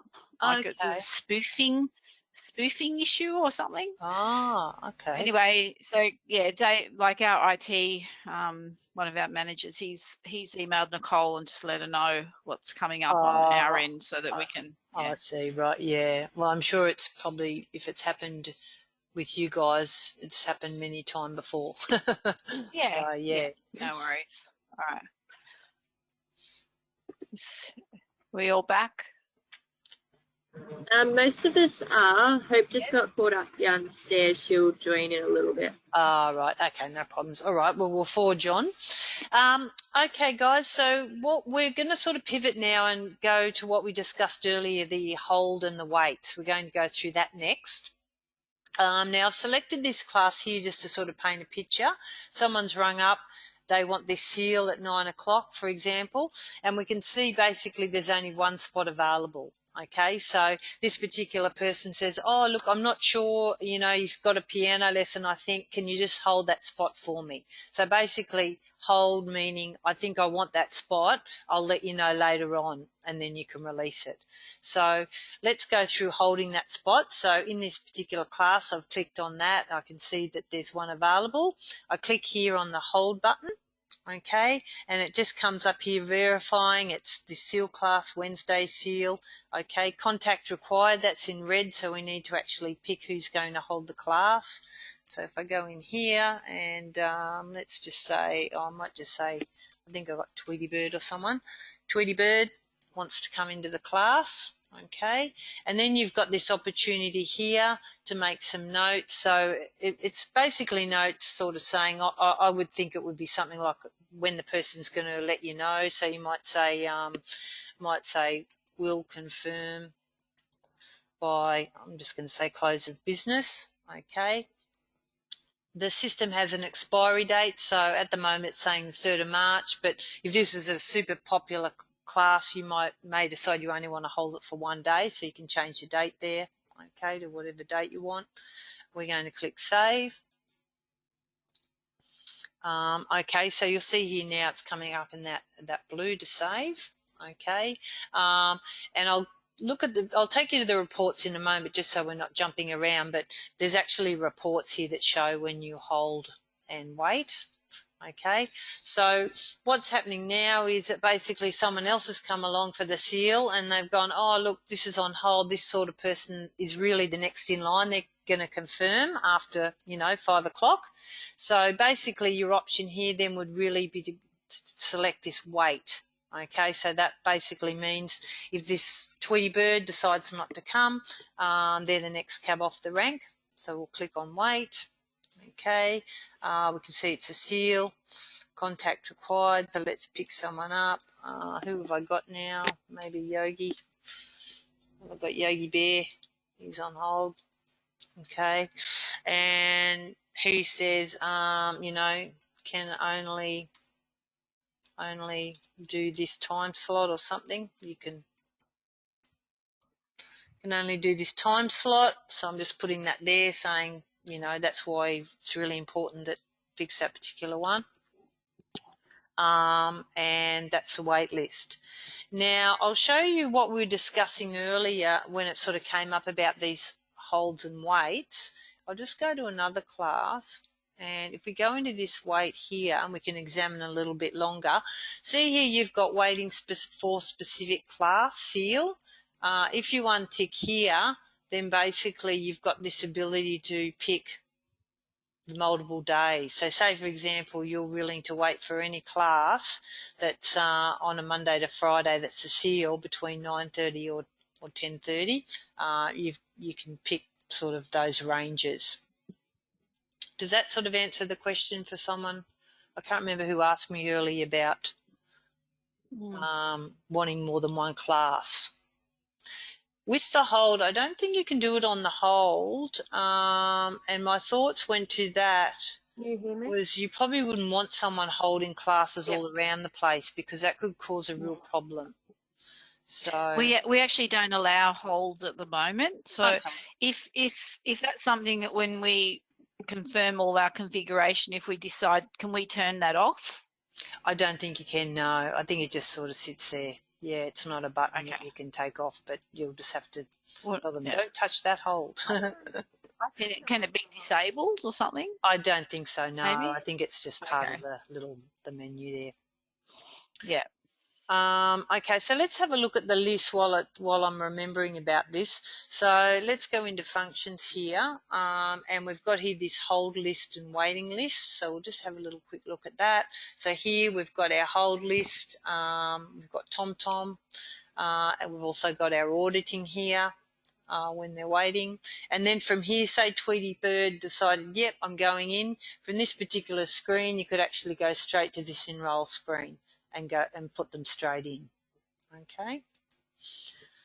So that's your holds, which I think you just said you're not using. Waiting list, let's have a look at this. Okay, Boo Boo, that one, yep, he can go in. And hello. Oh, hello. Can you hear me? Yeah, we can hear Yes. you. Yeah.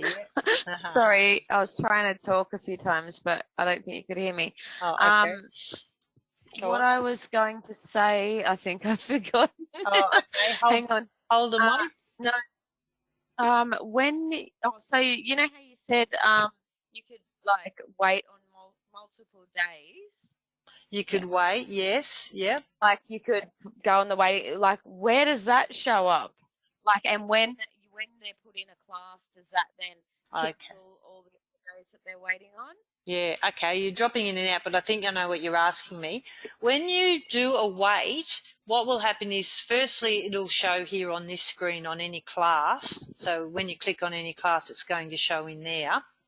When you go here into functions and then to waiting list, any classes that they're on wait for or any will show here.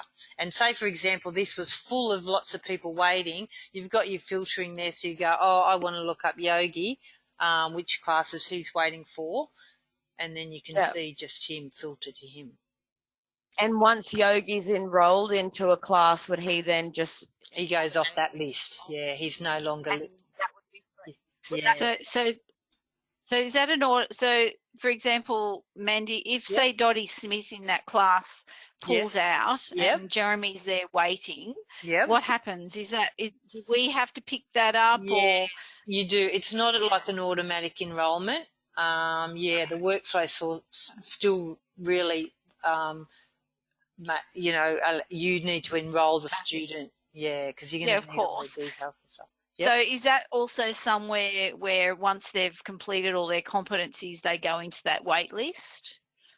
And is that an automatic thing? That's a separate thing, and we'll get to that, actually. We'll go through the competencies. Sure. Yeah, I'll take you through that. No, that's all good. Sure. So let's have a look at that. Okay. So speaking of that, we're talking now about taking attendance. So we're moving along to those other workflows relating to when people have assessments and attend classes. Okay, so for attendance, say we have a look at this class here in particular, we go up here to the little cog, okay, and you've got this little button here, take attendance. Okay, so all the people in your class come up. We say, yes, Billy was here. We say, Dennis. Now, Dottie, she may not have come. She hasn't let us know. So I just do 2 clicks there, okay, and it shows us across. Penny's come, and then we just go save, okay. So that's how you're going to take your attendance. Does that seem pretty straightforward to everyone? That's okay. So this is not the same as a tag in, is it? If we allocate cards to them, it's not the same as a tag in. And I'll explain that to you actually, because when they tag in, they're coming through the gates, so they're coming into the centre. But taking attendance means they've actually come to the class. They're in the class. So that's where your little app will come in. Are you guys using the Poolside app? Yeah, well, we will be, okay. So it just, just in case, say Dottie comes in with her mum and she's supposed to go to learn to swim, and then they get sidetracked with a friend and they sit in the cafe instead. She's actually come through the gates, but she didn't actually attend the class. So you've got those 2 levels of attendance. So in this case, she gets marked off. She didn't actually attend. You want it? Yeah. So... and when you get your mobile app, that's what you'll be able to do Poolside with that, is actually mark attendance when they come. Okay. Okay, attendance summaries. So obviously there's reports to show when they've come. Okay, so let's have a look. So I've got someone here, I think, that's done some classes. So I just go to the little search bar here, and if I go to Linus...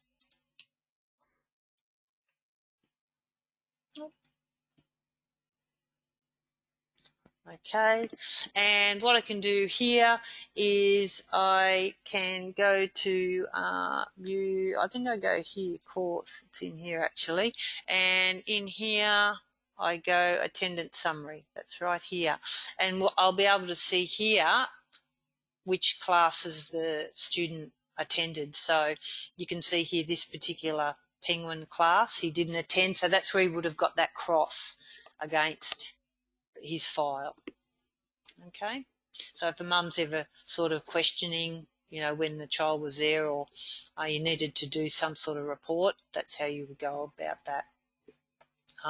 You can also export that as well if you needed to print it out. Does that make sense? Sound okay? Yeah. Okay, so let's try some scenarios now. We'll get you guys to try it. So let me just bring you back across so you can see what you've got to do here. Okay, so going back to your contacts, child 4 wants to enrol in a Friday session but needs to confirm it doesn't clash with basketball. So basically what you'll need to do is pick a class and just practice putting someone on hold. Then you want to put someone on, well, if you're not going to use hold, it's up to you guys. You don't have to do number 1. If you think you just want to do wait for a space. If you're not going to use hold, that's fine. Practice doing your attendance. So remember you've got the COG. So if you go to any class where people are enrolled, pick a class, go to the COG, and you can take attendance and go into the contact, look for that contact and do a attendance summary. Sound good? Give it a go. Now this one he's got Jack McLeod, but I don't think I've got a Jack McLeod in here, guys. Who have I got that you can have a look at? Lucy, maybe. Lucy. Seal. Attendance summary. Yeah, okay, mate, you might have to try that one. Lucy Van Pelt. For number 4, Lucy Van Pelt.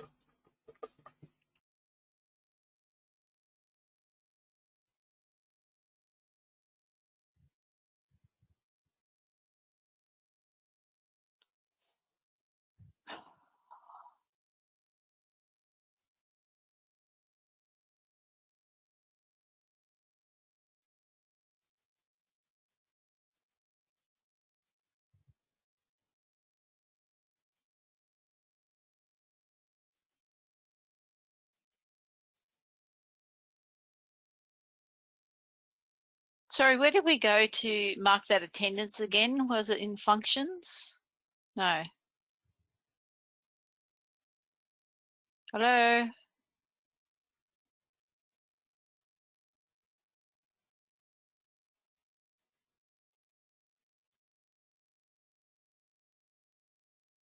Are you there, Mandy? Can anyone hear me? I can. Ah. Well, how can I help you, Janine? Where did we have to go to mark the role?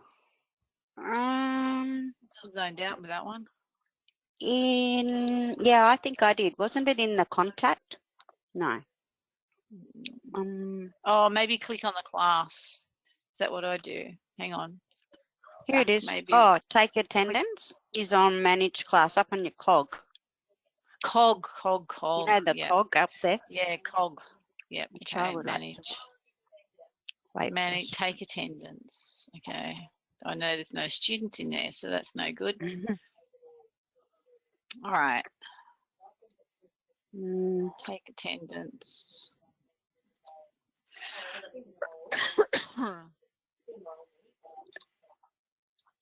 Wilbur. Take attendance? It's not allowing me to do anything. Oh, there we go. No.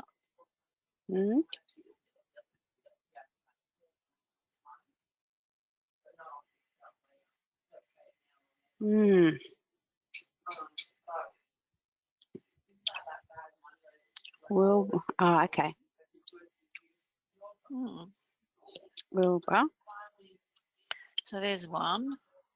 Cog. Take attendance. Oh, there we go. I would like to wait for a space. Clicking too many times.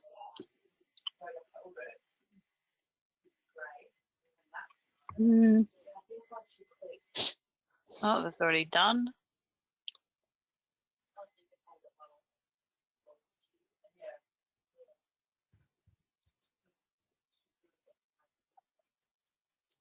All right, I won't do any more because everyone's practicing.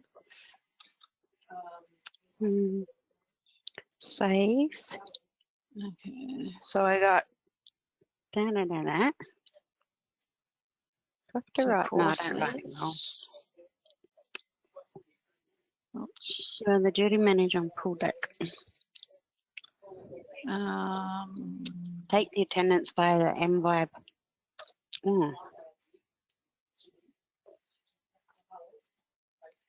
What are you chewing, Lisa? Oh, sorry. Oh my God, I'm gonna mute myself. You know what it is? It's squeaky cheese I'm eating. That's what you can hear. Janine can hear me eating.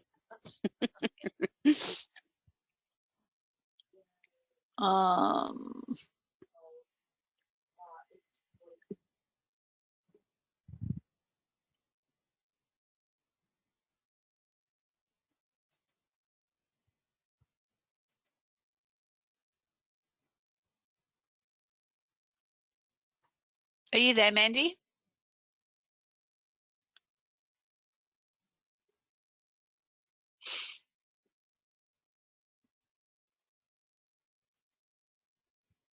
Maybe she's on a break.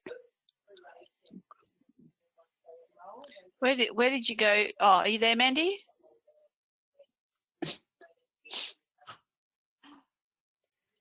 I'm just trying. Where did I don't know. It must have. Where did she go with that last number 4? Where do we go for that one for the attendance summary?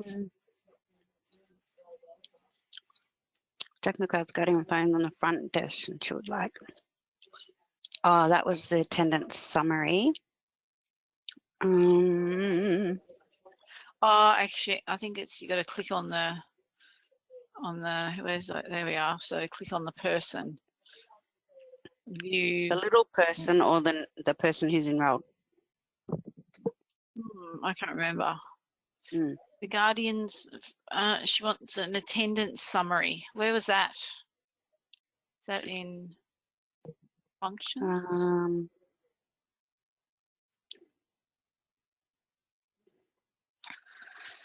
I don't know. Forgot. Inquiry. Oh, so click on the class that they've got people booked into. No, I did that. I tried to click onto her, like Tay Gilbo. Plan, no. Contact overview, view enrollments, mark assessment, which is I've already marked her 96% competence. So Miss Tay is ready to move on. But I can't remember. Are you there, Mandy?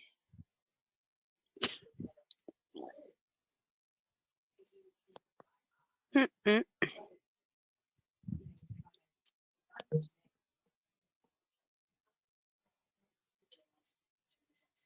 I ask a question? We've lost Mandy. Oh.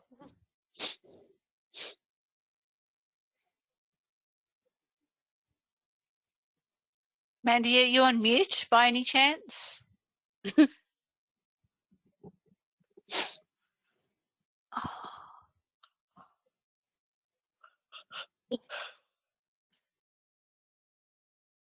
Guys hear me at all? Hello? Oh, we can now. We can. You went to Can you hear MIA for me? a bit. Yeah, now.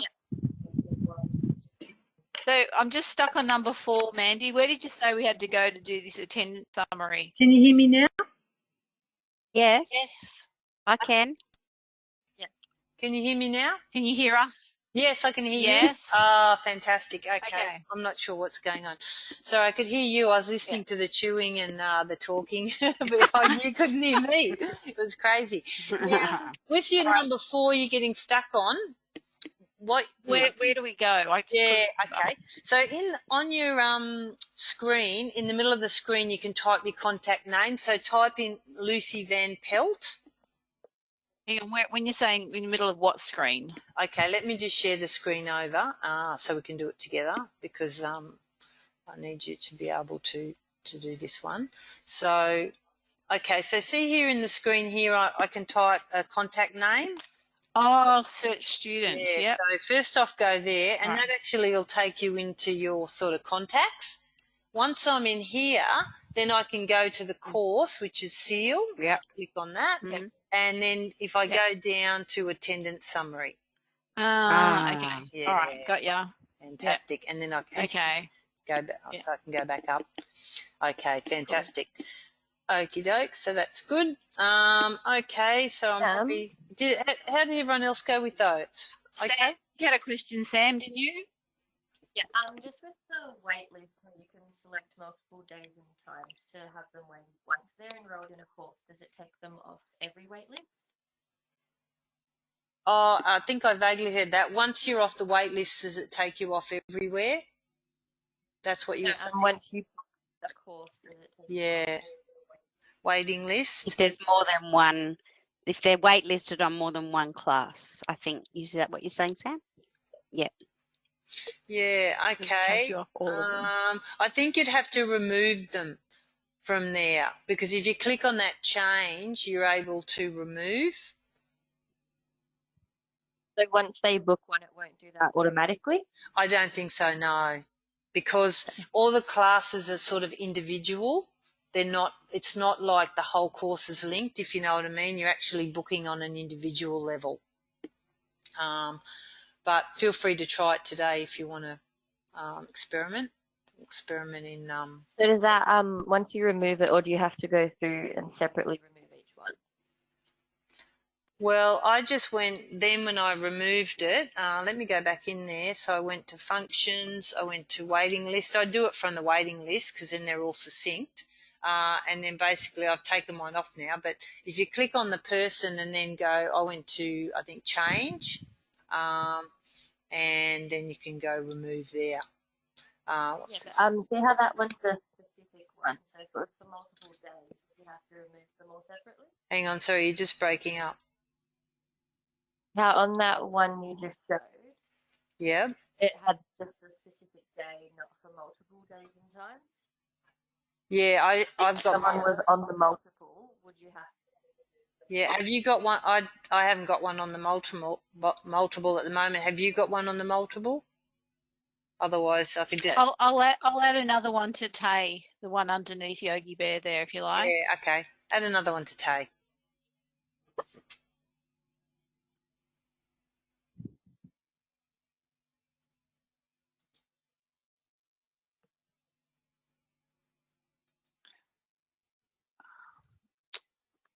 Tay Gilbo.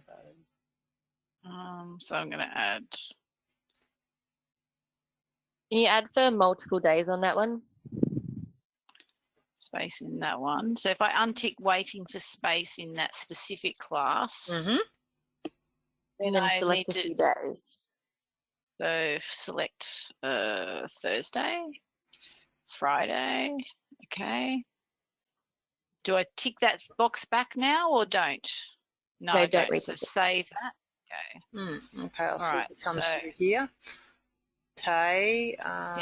Oh, yes, 3 spaces.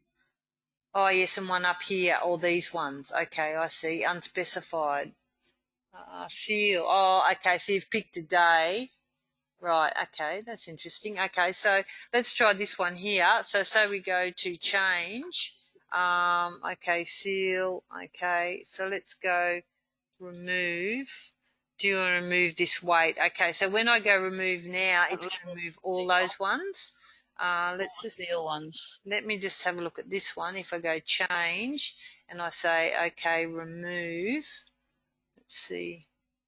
Yeah, and it leaves that one there. I guess because if you had, say, a person that wanted to do 2 classes per week and they were on the wait list, you wouldn't want them to be totally taken off. So, yeah, I think you'd have to look up how I'd approach it is I'd come in here and go to Tay once they got their class and then go, okay, now we'll take them off all their waiting. That's probably the easiest way to do it. And do we make a decision as a team to say, look, we're only going to allow, people to wait on a list for 2 days at a time or something? Yeah, I think that's a good idea to decide on your processes, and then you can set up your expiry. Is there a way to automatically take them off once enrolled? Once enrolled. Well, once you're enrolled, it does come off.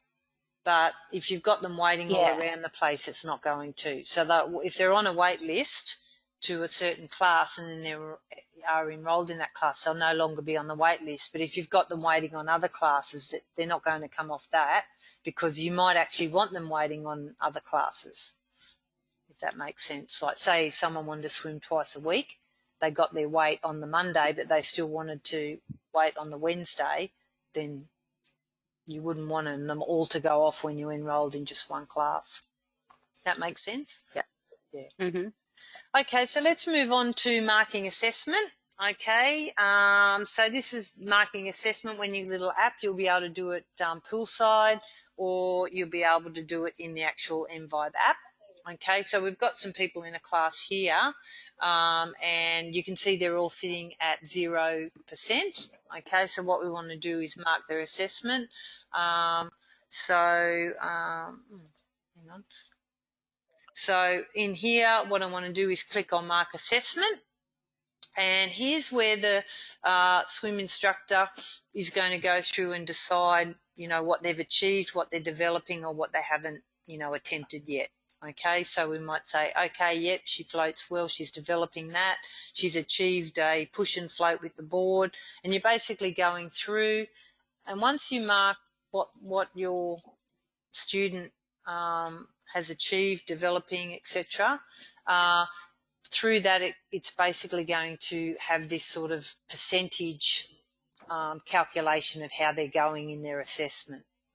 Now, if I come back over to my turtle, because we've got a few in there, you can see we've got Dennis, he's 67, Dottie 75, and Penny Peters 63. And then this one here with the arrow, Billy, he's basically achieved everything, so he's ready to progress. Now, in the system as well, when we have a look at the report, you'll see that there's a report showing those that are ready to progress by age or by achievement. Okay, so it just depends if they've reached the age to progress or whether they've achieved all those things. I did have a question about the age thing, and I'm not sure whether you're coming to this, but in the course, in the setup, like in the config, we obviously set an age for our goldfish. I think it was 6 months to 2 years, and then our turtle class. So can you have crossover ages? Like, can the turtles be 12 months to 2.5 years? Can you have crossover? I think you can, I think you can. And also too, even if someone did progress, you were progressing someone, it will give you a warning, say that if they were a little bit too old or under, and it will ask you, do you still want to progress them? And you can say yes or no. So you've still sort of got the option if you do want to sort of break those boundaries. You might have a swim superstar that's going up with the 2-year-olds when they should be really with the 1.5-year-olds. So you can still progress them. So, yep, that's all fine. Okay, so that's your assessment. As you can see, it's pretty straightforward. If we go here into our functions and we have a look at our students to progress tile, this is our dynamic list. And here we can see, Billy, that student's reached full competency. This one's reached the age, Dottie, and then we've got some others, okay. From this screen here, then you can go through and go, okay, yep, we're happy Billy can go up. So we just highlight there and then we click on your progress, okay. And basically then you can progress that person to the next applicable class, Okay, so he's in a turtle at the moment. He wants to go Wednesday at 9 o'clock, so we might put him in a seal at 9:30. And here we're going to say it's going to move from this date to this date. Select, and we're going to go into this screen. Now, there's something I need to tell you about this actually. When you actually are doing the progressing,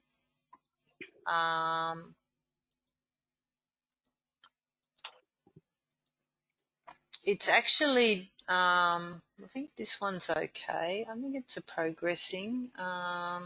Yeah, it is. With the progressing, it's actually better if you get the parents to do it online, because that way when it's done online, it works out all their direct debits in line. If you're doing it manually, and there is a change with the direct debits, then you need to do adjustments. Okay, so it is better if you get these parents to do it online. I can show you doing it online actually. I think I've got a student here. Let me go here to courses. Oh, I'll need to log in.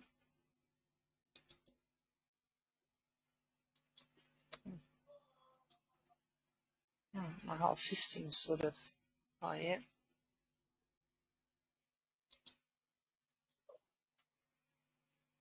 Sorry, let me just go back here. AU, courses. Just log in. I've got good old George Clooney. Gmail.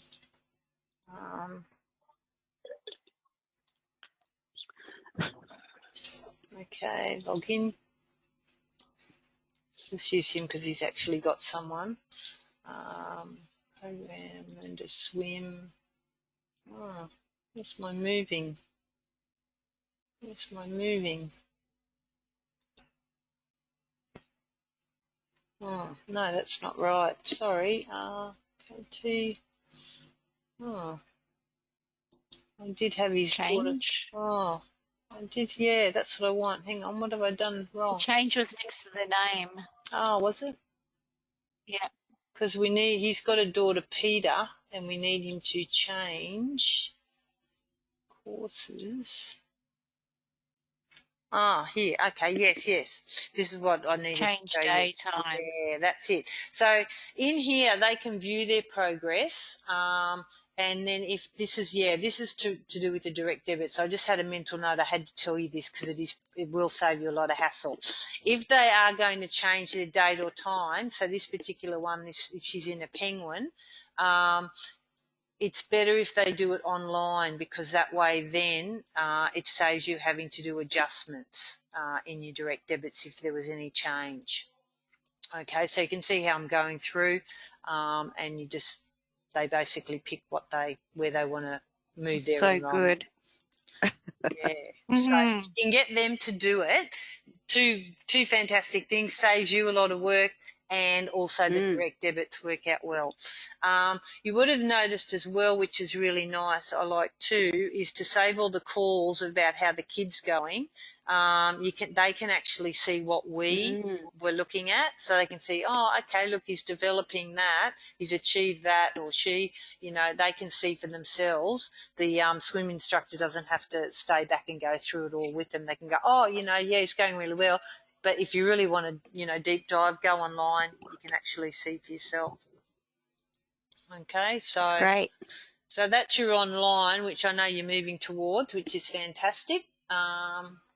So that is good. Now let me check where we're up to. Okay, so plan and absence. That's what we need to speak about next, everyone. So let's come back to that. So let me bring up my MVibe again. And we'll go back up to learn to swim. Okay, so plan and absence. There's a few we need to sort of, I need to explain this fully so we all understand what I'm talking about here. Plan and absence is that really good, thoughtful parent that says we're going away on holidays next week and I need to pull the student out of the class. Okay, they're letting you know in advance. It's different to the student just doesn't turn up. Okay, so what we really hope is that basically they will give you notice, and then it's in your policy whether you decide whether they get a credit, they get a free swim. It's been set up in your policy what you allow them to do, and we'll have a look at that in a moment. So let's have a look at it now. We're going to say that someone is going to plan an absence. So you navigate to the class. So we'll go forward to another day. It probably makes more sense. Let's go to next Wednesday on March, sorry. Okay, so we're going to have a look here. Okay, this black just means I've cancelled the class, so that's fine. So let's have a look in here, see who we've got. Okay, so let's say Mickey Mouse is going to plan an absence. Okay, so we go in here and we go down and select plan absence. We'll go through it. So it's just telling us it's Mickey Mouse in the seal on a Wednesday, 8:30 till 9. Okay, these reasons are configurable. They're just some basic ones that we've put in the system, but you could add some other ones if you really wanted to be more specific or change them. In this particular case, it might be he's got other commitments. He's got a piano recital. He's very talented, this kid. Okay, and here it's saying, how would you like to credit this student for the absence? Okay, I sort of prefer really to decide later and then to put them, onto the report, so then you can sort of deal with it, only just in case they change their mind and you've gone straight to replace. So I think you might have heard us say before, it's sort of better to have them on that dynamic list, wait until the time's passed, and then deal with their unallocated credits, I guess you'd call it. So I click save. Okay. And then basically that person now is showing that they're not going to be in the class. Okay. And when we go here into functions and we've got this uncredited absences, what will happen is then they start to appear on this report. And then basically after that date, when you know they definitely haven't been there and you're like, okay, well, what are we going to do about Pammy? She didn't come. Then we'll be able to go into which we can talk about, bulk credit, replace or refund, depending on your policies. Okay, how does that sound? Okay. Yep. So how are you able to book in, like say we've got, limited vacancies, how do you book into that? Like, is that space become available for somebody else to book in? Yeah, that's correct, because now this person's out, you'll notice it's saying there's 4 capacity, 1 person's waiting, Tay, and there's 3 available. Yeah. So then you can just book a makeup into that.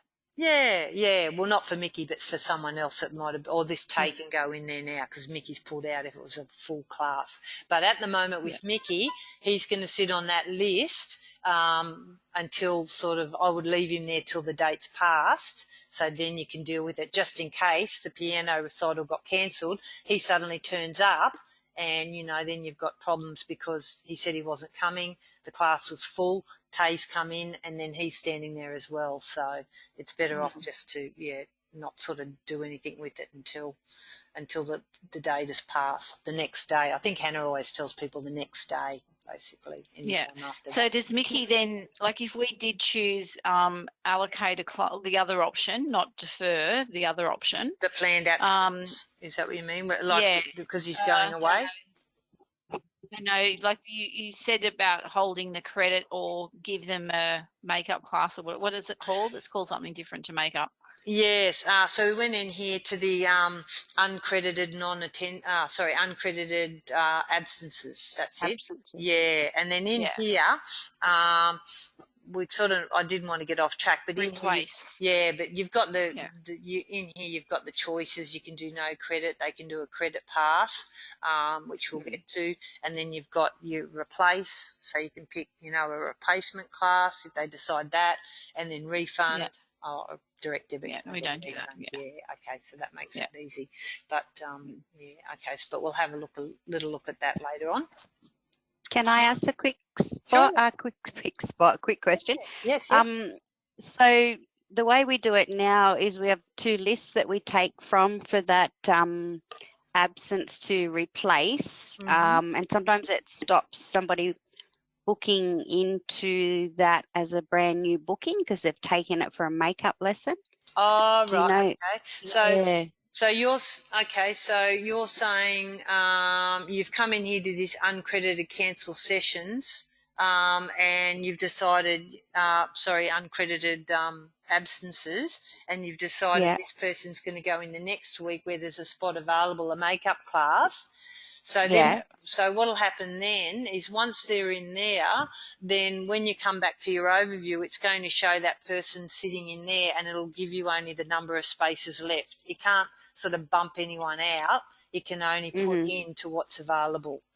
So, which is the same now. Yeah. So say a turtle was full, and that guy said, "Oh, I really need to go to the turtle today, Wednesday at 9 to 9:30." It's going to show that it's full. He can't get in there. So he'd probably have to go on a wait list. No, I mean if they wanted to brand new book into that course for the whole time, where now we bump people out if they're doing a makeup, so they can book in. Yeah, because that's called a replacement class, is the same as a makeup class. Yeah. Yeah, there's replacement class, and then there's move. There's sort of a difference. So there's replacement if he's just going to make up a class, and then there's move if he's permanently sort of moving, like I did with Peter, from one to another. Yeah, one to so another. if Johnny's mum rings up and says, "Look, I've booked a replacement class on Monday, but I can't make that now. What's unavailable on Wednesday?" We can move the replacement class as well. Oh yes, yeah, that's fine, because basically once they're booked in there, it's just like they're any other time, any other entry, if you know what I mean. They don't sort of it's not like it's affected differently within the program behind it. No, that's fine. Yep, you can move it again. That's not a problem. Okay, so now you guys are going to have a go and doing those things. So let's go to our scenarios. I'll just bring you back across to number 3. Okay, so first scenario, you're supervising a class and view a student completing the lessons completely, competency effectively, find the applicable class and mark the student's assessment. Okay, so basically these classes we've got set up, people that are enrolled, even if you go to a forward date just for today, if you're looking around thinking, there's not many people around, you can, if you go, because they're registered every week, you could actually change this and go, I'll have a look at next, in March, if you want to do it that way. If you're looking for, people to mark an assessment, change assessments for. You guys have put some people in too. Yep. But you can even change the ones that are there. You could pretend like you would do in normal life. They are on one certain level, and then their progress. So, yep. And then next you're going to, the student is ready to progress, find their record in the functions menu and complete the progression to the next level. We're in functions. Want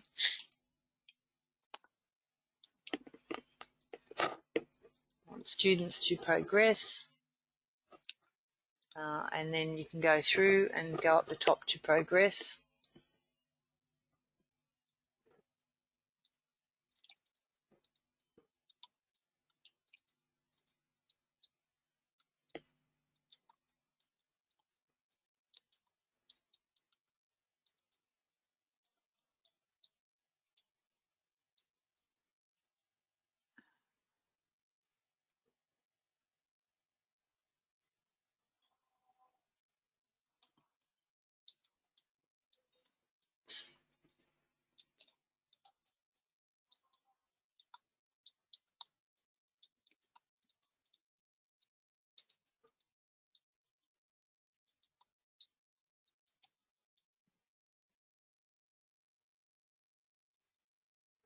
Oh, done there.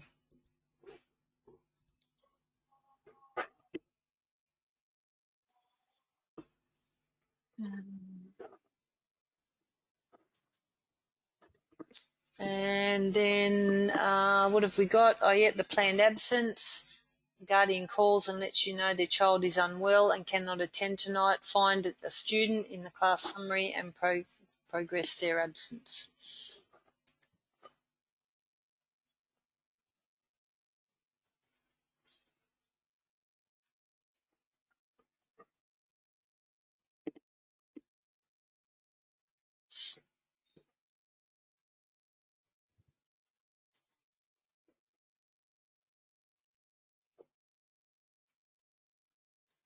Oh, yep, I can see we've got a few there.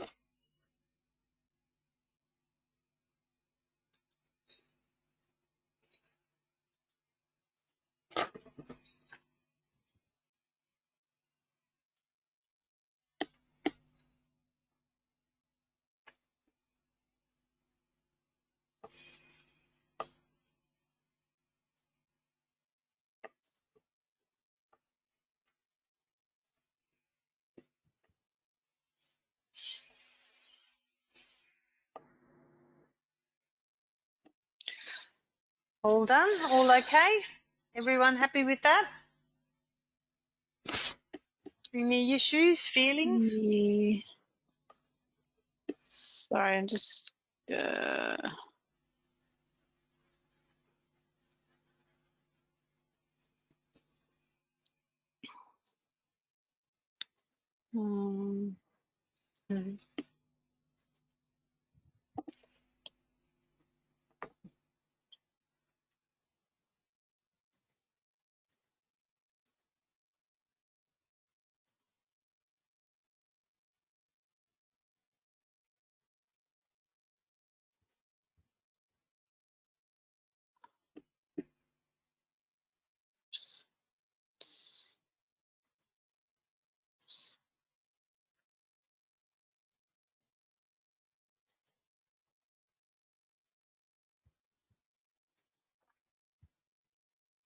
So I just went in to do that, like the number 3. Oh, yes. For Bobby Peterson. Mm-hmm. So at what point? So when I've gone into, how do I then allocate him a makeup class or a? Oh, yes, we'll do that later on. He sits on that dynamic list, and then we will do that. Yeah, hold that thought. We'll do that shortly. All right. Okay. Yeah. So it doesn't offer it at the time when you're doing his absence? Yeah, only because remember I was saying you wouldn't. Oh, well, yeah. we just sort of suggest don't do it straight away because you can be. It gets messy if they do still turn up. So, sort I of. don't think we've ever had that problem. Oh, okay, we right. don't know. Okay, you could do it immediately. I mean, it's. I'll show. We will do it shortly anyway together. Whether you did it immediately or. I think I did it immediately, but I was waiting for that box to come up to say, like, to reschedule the class or give them a credit or give them a refund. Like, we don't give credits for. The only time we give credits is if we cancel a class, but if they ring up and it's sick, we don't provide them with a credit. We give them a reschedule. We reschedule a class, like a makeup. Yeah, yep, no, that's fine. Yeah, it all comes down to your policy, and whatever's been set up in there, we can double check that and just so you'll be able to check it. And in there's 3 lines saying, what your credits are for a planned absence, a cancelled class, and if they don't turn up. Usually if they don't turn up, there's just nothing. They don't really get anything. But you guys might be different. You might want to give them a swim or something. But yeah, that's in the policy. Policies, yeah. Yeah, policies. Now, is anyone still going? Everyone's complete that?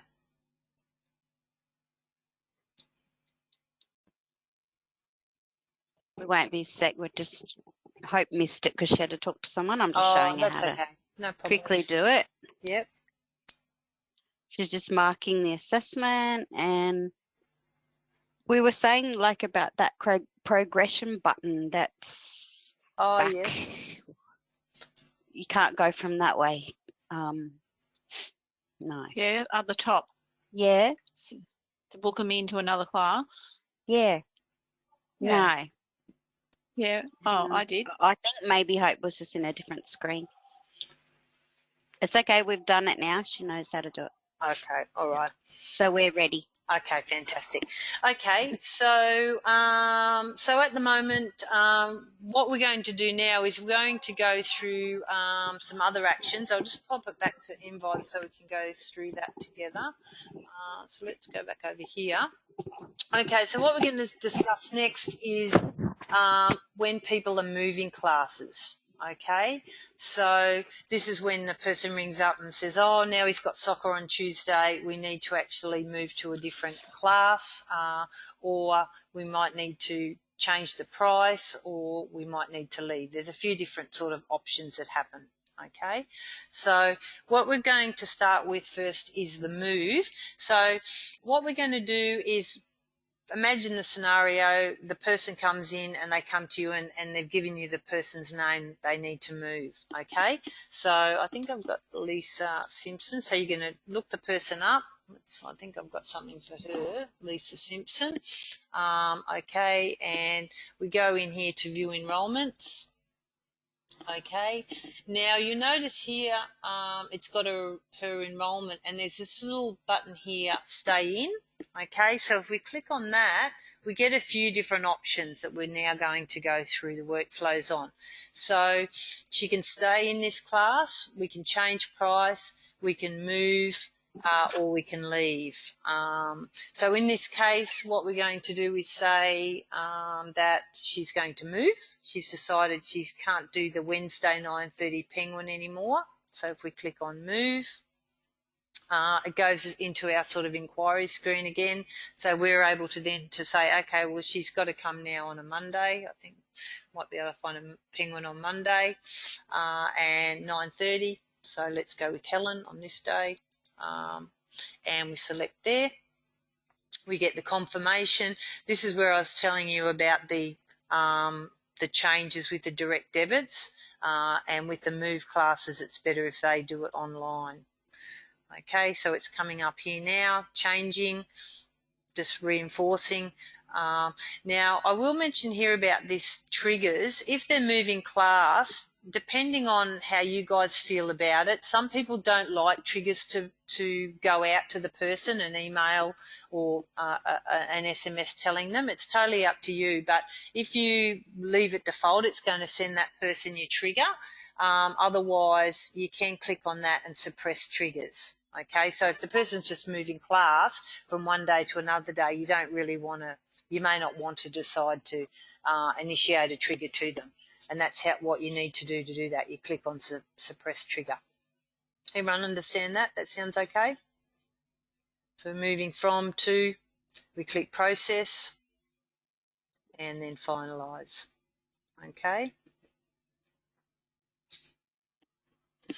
Fantastic. Okay, so that's moving. So now let's talk about another scenario, changing price. Okay, so let's have a look back at these Simpsons. Who else have I got in there? Bart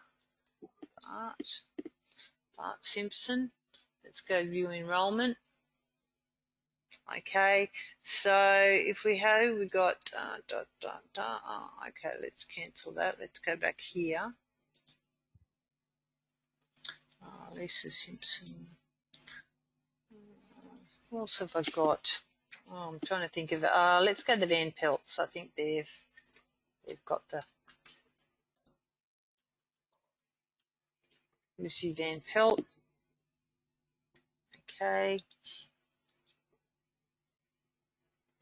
Okay, so we've got the multi-sibling here, which is what I was looking for.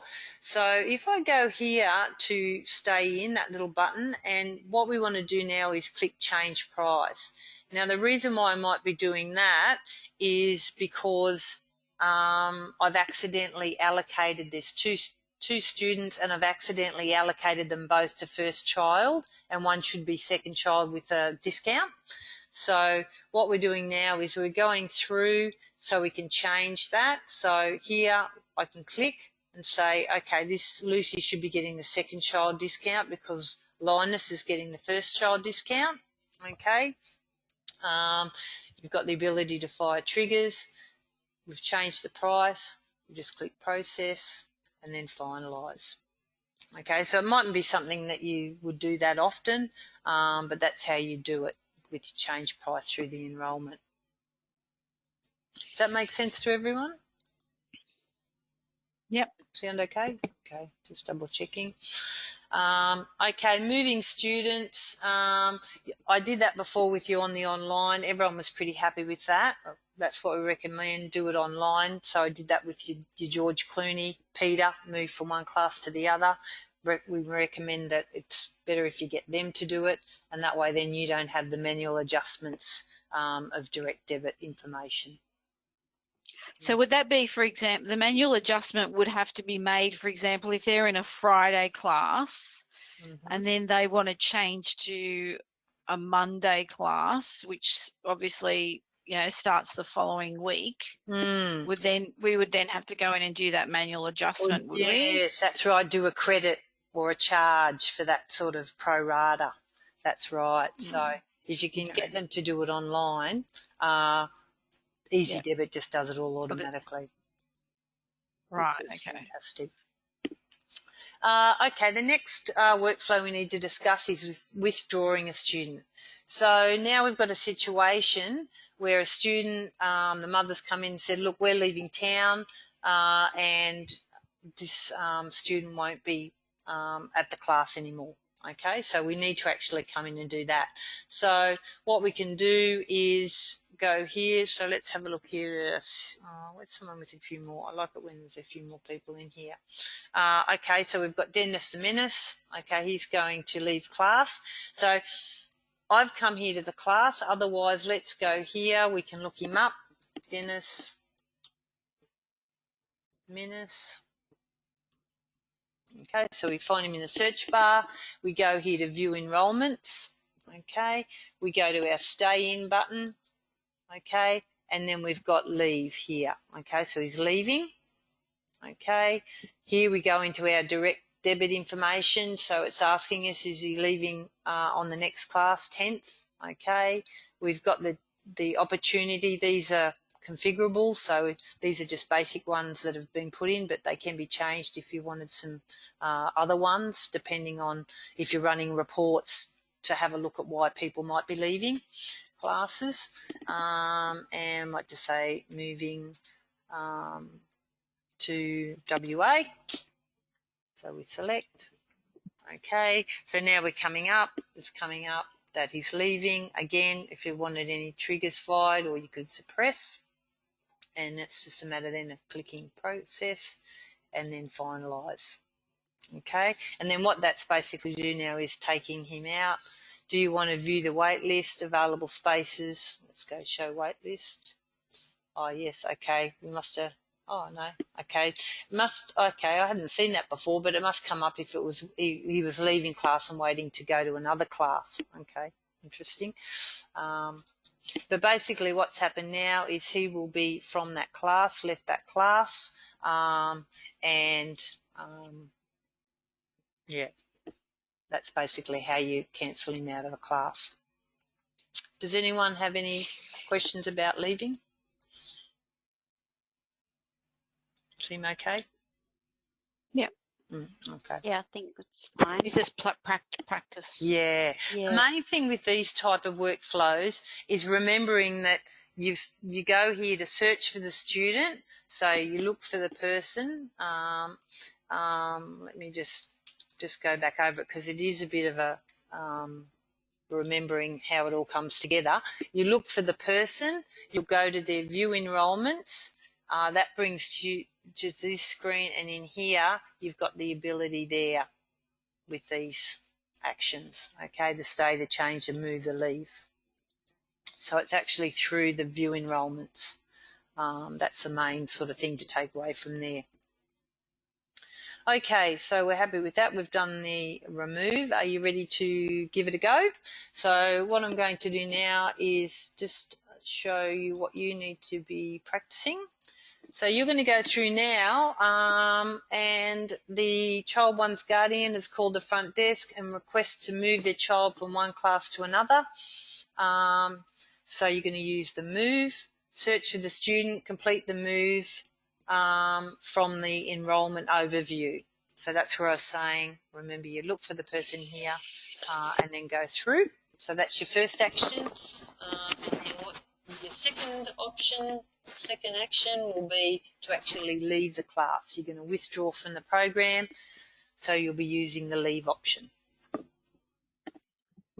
Have a go at that. So Mandy, I just did a leave option one for Tay Gilbo. Mm-hmm. But when I've gone back into her profile, it's still sitting, the direct debit tile is still sitting there with, like, as if there's financial. Yes. Right. Can you see that? I'll jump in there now, Gilbo. Just do a refresh. Yes. Let me have a look. Yes, Tay. Yes, here you're saying with that. So enrolment is not for this time. What's that mean? So I've taken her out. Yes. Hang on, let me see. But the other tile's still got the. Hang on, I've lost per session. Tay. View enrolments. Yes. We've probably done a few things with her today, though. Have you moved to classes and things? Have you picked the same one every time? Yeah, it's just probably because. No, not always. Okay. No, so I left. I did different ones, but she's left now. So these ones down. I just went back to her it's showing that it's left in the view enrolment. Mm-hmm. Yeah, and then we've got here left before start too, so it's saying she left from the start of the course. Yeah, that's right. But then if you go back to her profile, it's showing that the direct debit tile's still sitting there for 2 times $16. Is that because that'll happen overnight that gets rid of it, or what happens? The direct debit tile. I can't quite. You mean in here? Yes, in here. Yeah. Let's have a look. We haven't sort of done any run. We haven't really got anything to look at. So basically, it's just because she left before start. It's just brought her back to 0 because we haven't done a run. It doesn't say that on. It doesn't say that on her profile. If you go like. Am I in the wrong place? Am I? Sorry, I'm just. Are you in her in her contact screen? Right? Yes, I was in the contact. I can come into it from this way. I'll come into it from another way. So let me go to Tay. How did you spell it? Tay Gilbo. Yeah, Tay Gilbo.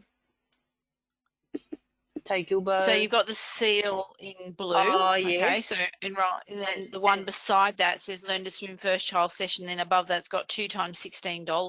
Yes, she's left. But if you go in there, you'll see now it's done the adjustment in there. Look, fully paid, because what's happened? It said it's probably got $16 in and $16 out. Because what's happened is it hasn't charged at all. Yeah. No, because she didn't start it. Okay. Yeah. All right. So it's not because it's just sitting there. That was just the fee for the session. It's not saying that that's pending or. Yeah. It's not showing that it's saying 216, but really one's a positive and one's a negative in a way, isn't it? Because it's 16 going in and then 16 coming out, so it's a bit confusing. But okay, that all looks good. Okay. How did it? I can't see. Oh, there's 16 there. Yep. Sorry. Oh, no, you're right. I was just going to say, did anyone else have any problems? Everyone else is okay? Sorry, my headset is it's crackling. Problems, yes. And it's giving me the biggest headache, and I've been trying to adjust it. I thought it was you, but I think it's me, because when anyone talks, it's a crackling. So I lost a few things, but that's okay. I was listening to Janine, and I'm just trying to find somebody to move. Good. Okay. Like a student. Yeah. Someone? No. My guys that I've been using are locked, I think, because I put them on hold. Like, I didn't do their direct debit, and I think, would that be right? It wouldn't let me do anything else with them? It should be fine. Like Wilbur. Try one of my dummy ones. Try Sal Solly. Try Sal Solly. Try moving Sal Solly. Sal? So, do a search on Sal Solly. Yeah. Okay. Yeah. So they're in a Penguin. View enrollments. Yeah, that's it. View enrollments. Yeah. Stay in. So click on that and then, move. yep, that's it. Move. That's it. And then Picking. just any one. Well, it should suggest the next applicable class. Oh, okay. Yeah, it has. Yep. And then if you go through. Yep, select. Select. Yep. Process. So I'm moving from 10 to 8. Process. Yeah, that's quite straightforward, isn't it? Yeah. And now basically you're going to do a very similar workflow when they actually are leaving the course. So you can use mine again, maybe use Polly Merkel. So you look her up and you'll just go through the same flow. You'll click on the stay in once you get to view enrolments, and then you'll be able to go leave class.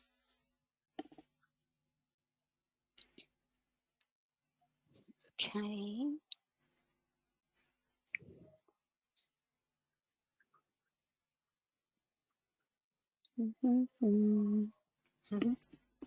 Search the student position.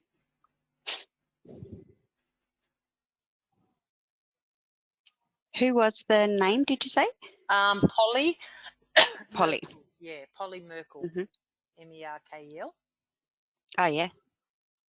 Okay, so she has other commitments. Yeah, she's busy. She's busy. And she's going to. She's leaving. Is she leaving? Yep, yeah. That's it. So this is the workflow you'll do. And when that's someone's other leaving. commitments. That's it. Select and process. That's it. Done.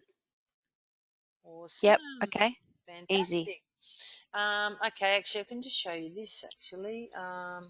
So you've done your leave. So now let's think about pivot to the printing of the class roles.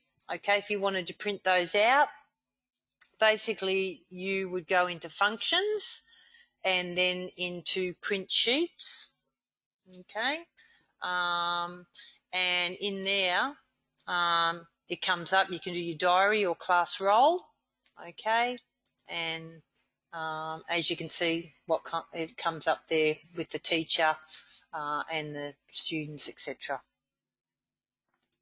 Okay, so that's your class role. Now, before I start to roll into the app and go towards the end, Janine, did you want me to go back over with you about the credits when they cancelled? Do you know what I'm talking about? Hello? Janine. I've lost Janine. Yeah, Sorry. sorry, I'm here. I just wasn't sure. That'd be good. Yeah, okay, because I think that was in the management one, the last one, but I'm happy to quickly just take you back over it again. So basically, what'll happen is they do that planned absence, and let's pretend they cancelled last week's class and now it's a week on or the class is gone, you've gone, okay, we can deal with it. Or, as you said, you could do it immediately. What'll happen is you'll go into function, so I'll just go back a step so I can make sure you can follow. You'll go here into functions. Can we just do somebody like let's like somebody's just rung up and yes. I've got from that point. Oh, okay, yeah, because I have got some on here already. But let's go through. Okay, so say for example, who have I got today? Let me just update this because I know we've been doing all sorts of stuff. Okay, so let's say this particular girl here. She's going to plan an absence. Okay, so let's say, I don't know, illness, sick. What was the first one that came up with the 3 boxes that you could give them a credit or a replacement class or a refund? That's in the. So that'll be in the other screen. Yeah, so that's when you go to functions. So, yeah, they end up on this dynamic list, and the reason for that is then you can deal with the whole lot of it at once instead of going person by person. So they end up here on this uncredited absences. And this is like a dynamic list, so you can see who's uncredited and you can deal with it at the time. So in here you've got so let's look at PAMI, for example. So sorry. What I'm trying to say is that if we decide not to tick that uncredited box that we tick replacement at the time, that's what I'm trying to get at, because that's what we will do. Sometimes people will ring up and say, you know, Johnny's sick today, I want to book a makeup now. For next, right? Do you get what I'm saying? Yes. I don't think that was the planned absences though, was it? That was no, it's not. It was before that. It was what was it? Leave, no, it was before that. Yeah, I'm trying to remember myself now. Leave class. Leave class. Let me try that. Leave class plan. Here. It was before that. No, because that's permanently leaving. Yeah, let me just see. Maybe it was up at the cog here. Let me just go. It was on the cog, yep. Take attendance, change class. Oh, I can't remember now what we did earlier. Got a brain fog. What we've done. It's all right, Matt. I can read because it's recorded. I'll just go back and listen. Sorry, I again just when can't you quite did remember. it. Yeah. I've done No, that's okay. That's Wasn't fine. it? I'm trying to remember. You know what I'm trying to say, Lisa, don't you? This is like our So was it on uncredited cancel, like because they've cancelled the session? Well, that's what the absence is. Looking. Cancels where we've cancelled it, and then there's non-attendance where they don't turn up. Yeah, well, that's bad luck. But there was one that we're missing attendance. Uncredited. Oh no, that's when they're not coming at all. all. Right. I'll have a. It's one I'll of go those back 3 boxes there. Yeah, I can't quite remember. I know they all end up on that list. But you're right. There was one box, I do remember it too, and it said you could do it immediately, or I just can't quite remember now what we were doing at the time. Have a look. Contact view and mark assessment, plan absence. Maybe it's down here lower in the box. Look. Decide later a place. Yeah, that's it. Oh, yeah. Yes. Okay, yeah. so let's go. Because you were saying, replace. Yeah, they generally say decide later. It's just a stupid window. Okay, so let's do it so we can see. So we know at the moment he's on a Wednesday, 9:30 in a seal. We go save. Now it's going to field into, okay, well, when does he want his replacement one? You go, oh, look, he's going to come on Wednesday at 8:30. There's some spaces. Yep. Select. Yep. Right. Okay, fine. that's perfect. Select. But that doesn't change the direct debit, does it? That replacement class. Replace with, stay in. No, it shouldn't do. I think it should be the same because it's the same price. Staying in. Yeah, that's right. Yeah. Yep. When you go, let me just check too over here with the uncredited absences. Let's just go through that so I can remind myself. So say you did have something. I went into bulk credit if you got a lot of people, but just say something you wanted to do a lot at once. I just wanted to look at these options you had here. So here you've got no credit, debit, credit debit plan or credit pass. So that's where your credit pass is if they couldn't make it and you wanted to give them a pass. Guys, which we don't do. Oh, okay. So we need to take that out of your policy because that's where that's coming from. Yep. Okay. And then the other options, if I cancel that, is you've got your replace, which then you could do the replacement sessions make up. later on. Yeah. And then for your that's right. We was direct debit can't happen. That would only be if you had a fixed term course, like my little test one, and you were going to refund the session if that was allowed. So that will come from your policy. So just make yourself a note, Janine, on your policy just to check. Yeah, I just took them out. Yeah, because I just had them in there. I did see them there and I hadn't got around to changing them. So, yeah. And also, too, so we don't all go crazy, just write yourself a note to go down the screen because it was down a bit at the bottom, that box. Down a bit further, yeah. Okay. So, Janine, that means that I'm not sure how we will do that. If somebody rings up, say they're sick and we want to give them a makeup.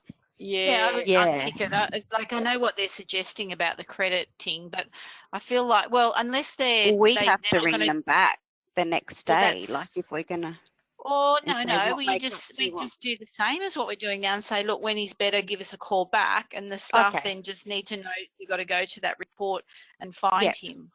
Yeah. Okay. Allocate him class. Yeah, Yeah. Okay. does that make sense? Yeah. Yeah. I But think it's I was totally up to overthinking you that. guys. I mean, remember, we can make all the suggestions, but at the end of the day, it's what works for you and your students and your, you know, as you said, if yours are reliable and they don't normally, you know, just turn up, then you will be fine to do that workflow. It's whatever works for you. Okay, so the only other things I think left we've got to talk about is a courses app. I'll just change back to the PowerPoint. I don't know if you've seen the courses app at all, but the courses app, you've got the teacher sign-in, sessions for today, student search, marking attendance and marking assessments. This is what it looks like. I think this little screen here shows me. So that's your student movement in the app. So you can see here we've got a student summary, your enrolments, anyone that's got any allergies, etc. Down the bottom here, students, attendance assessment. You can assess progress. You've got all that functionality within your app. Okay. Anyone have any questions about that? All sound good? Probably not yet. Yes, that's right. Okay, does anyone have any questions overall about the whole training session today? Do you feel sort of confident to be going in there and enrolling and moving classes or cancelling? I think I might have missed something, but if Janine can go over it, it was the because my headset was playing up. Oh, yeah. It was when we had them on hold or wait list, how we then go in and book them into what we wanted to yeah. So on your do. waiting that's list, fine. yeah, they come in here. You're right, Janine. Yep. Yeah. And basically you can go here to change. So if you want to remove or you can view enrolments and then, you know, if you need to do anything here. Oh, so you enroll. go into the functions of waiting list that way. Yeah, that's Yeah, it. and then There's you a click on dynamic list. Yeah, there's a Yeah, dynamic okay. list here. Yeah, and that's the best place All to right. do it all from. Basically, deal with it. And then go change, Yep. and then You can go change. Oh, someone else is in there. But you'll be able to practice yourself. I would totally recommend because today we've been in the test database. So all that information, all your courses at the moment are all there for you to play around and trial these things. So I'd highly recommend that. And also too, don't forget you've got your test site that I was on today, you know, that I did George Clooney. So you can use that as well. You can set up an account and, you know, have be a guardian to a child in a course and, you know, practice moving a course, moving to another date so you can see what the people are going to see when they try it. Yeah, okay. Very good. Yes, but otherwise, everyone, you've ticked all the boxes today. You've gone through everything. So now it's just a matter of getting some practice in. So you're all sort of ready to rock and roll. Yep. You good, Janine?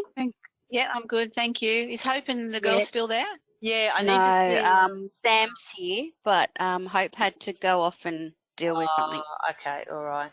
Because, well, Janine, you're going to stay, aren't you? Because I want to go through this online. Yeah, well, I needed Hope to talk. About Do you want me to go get her?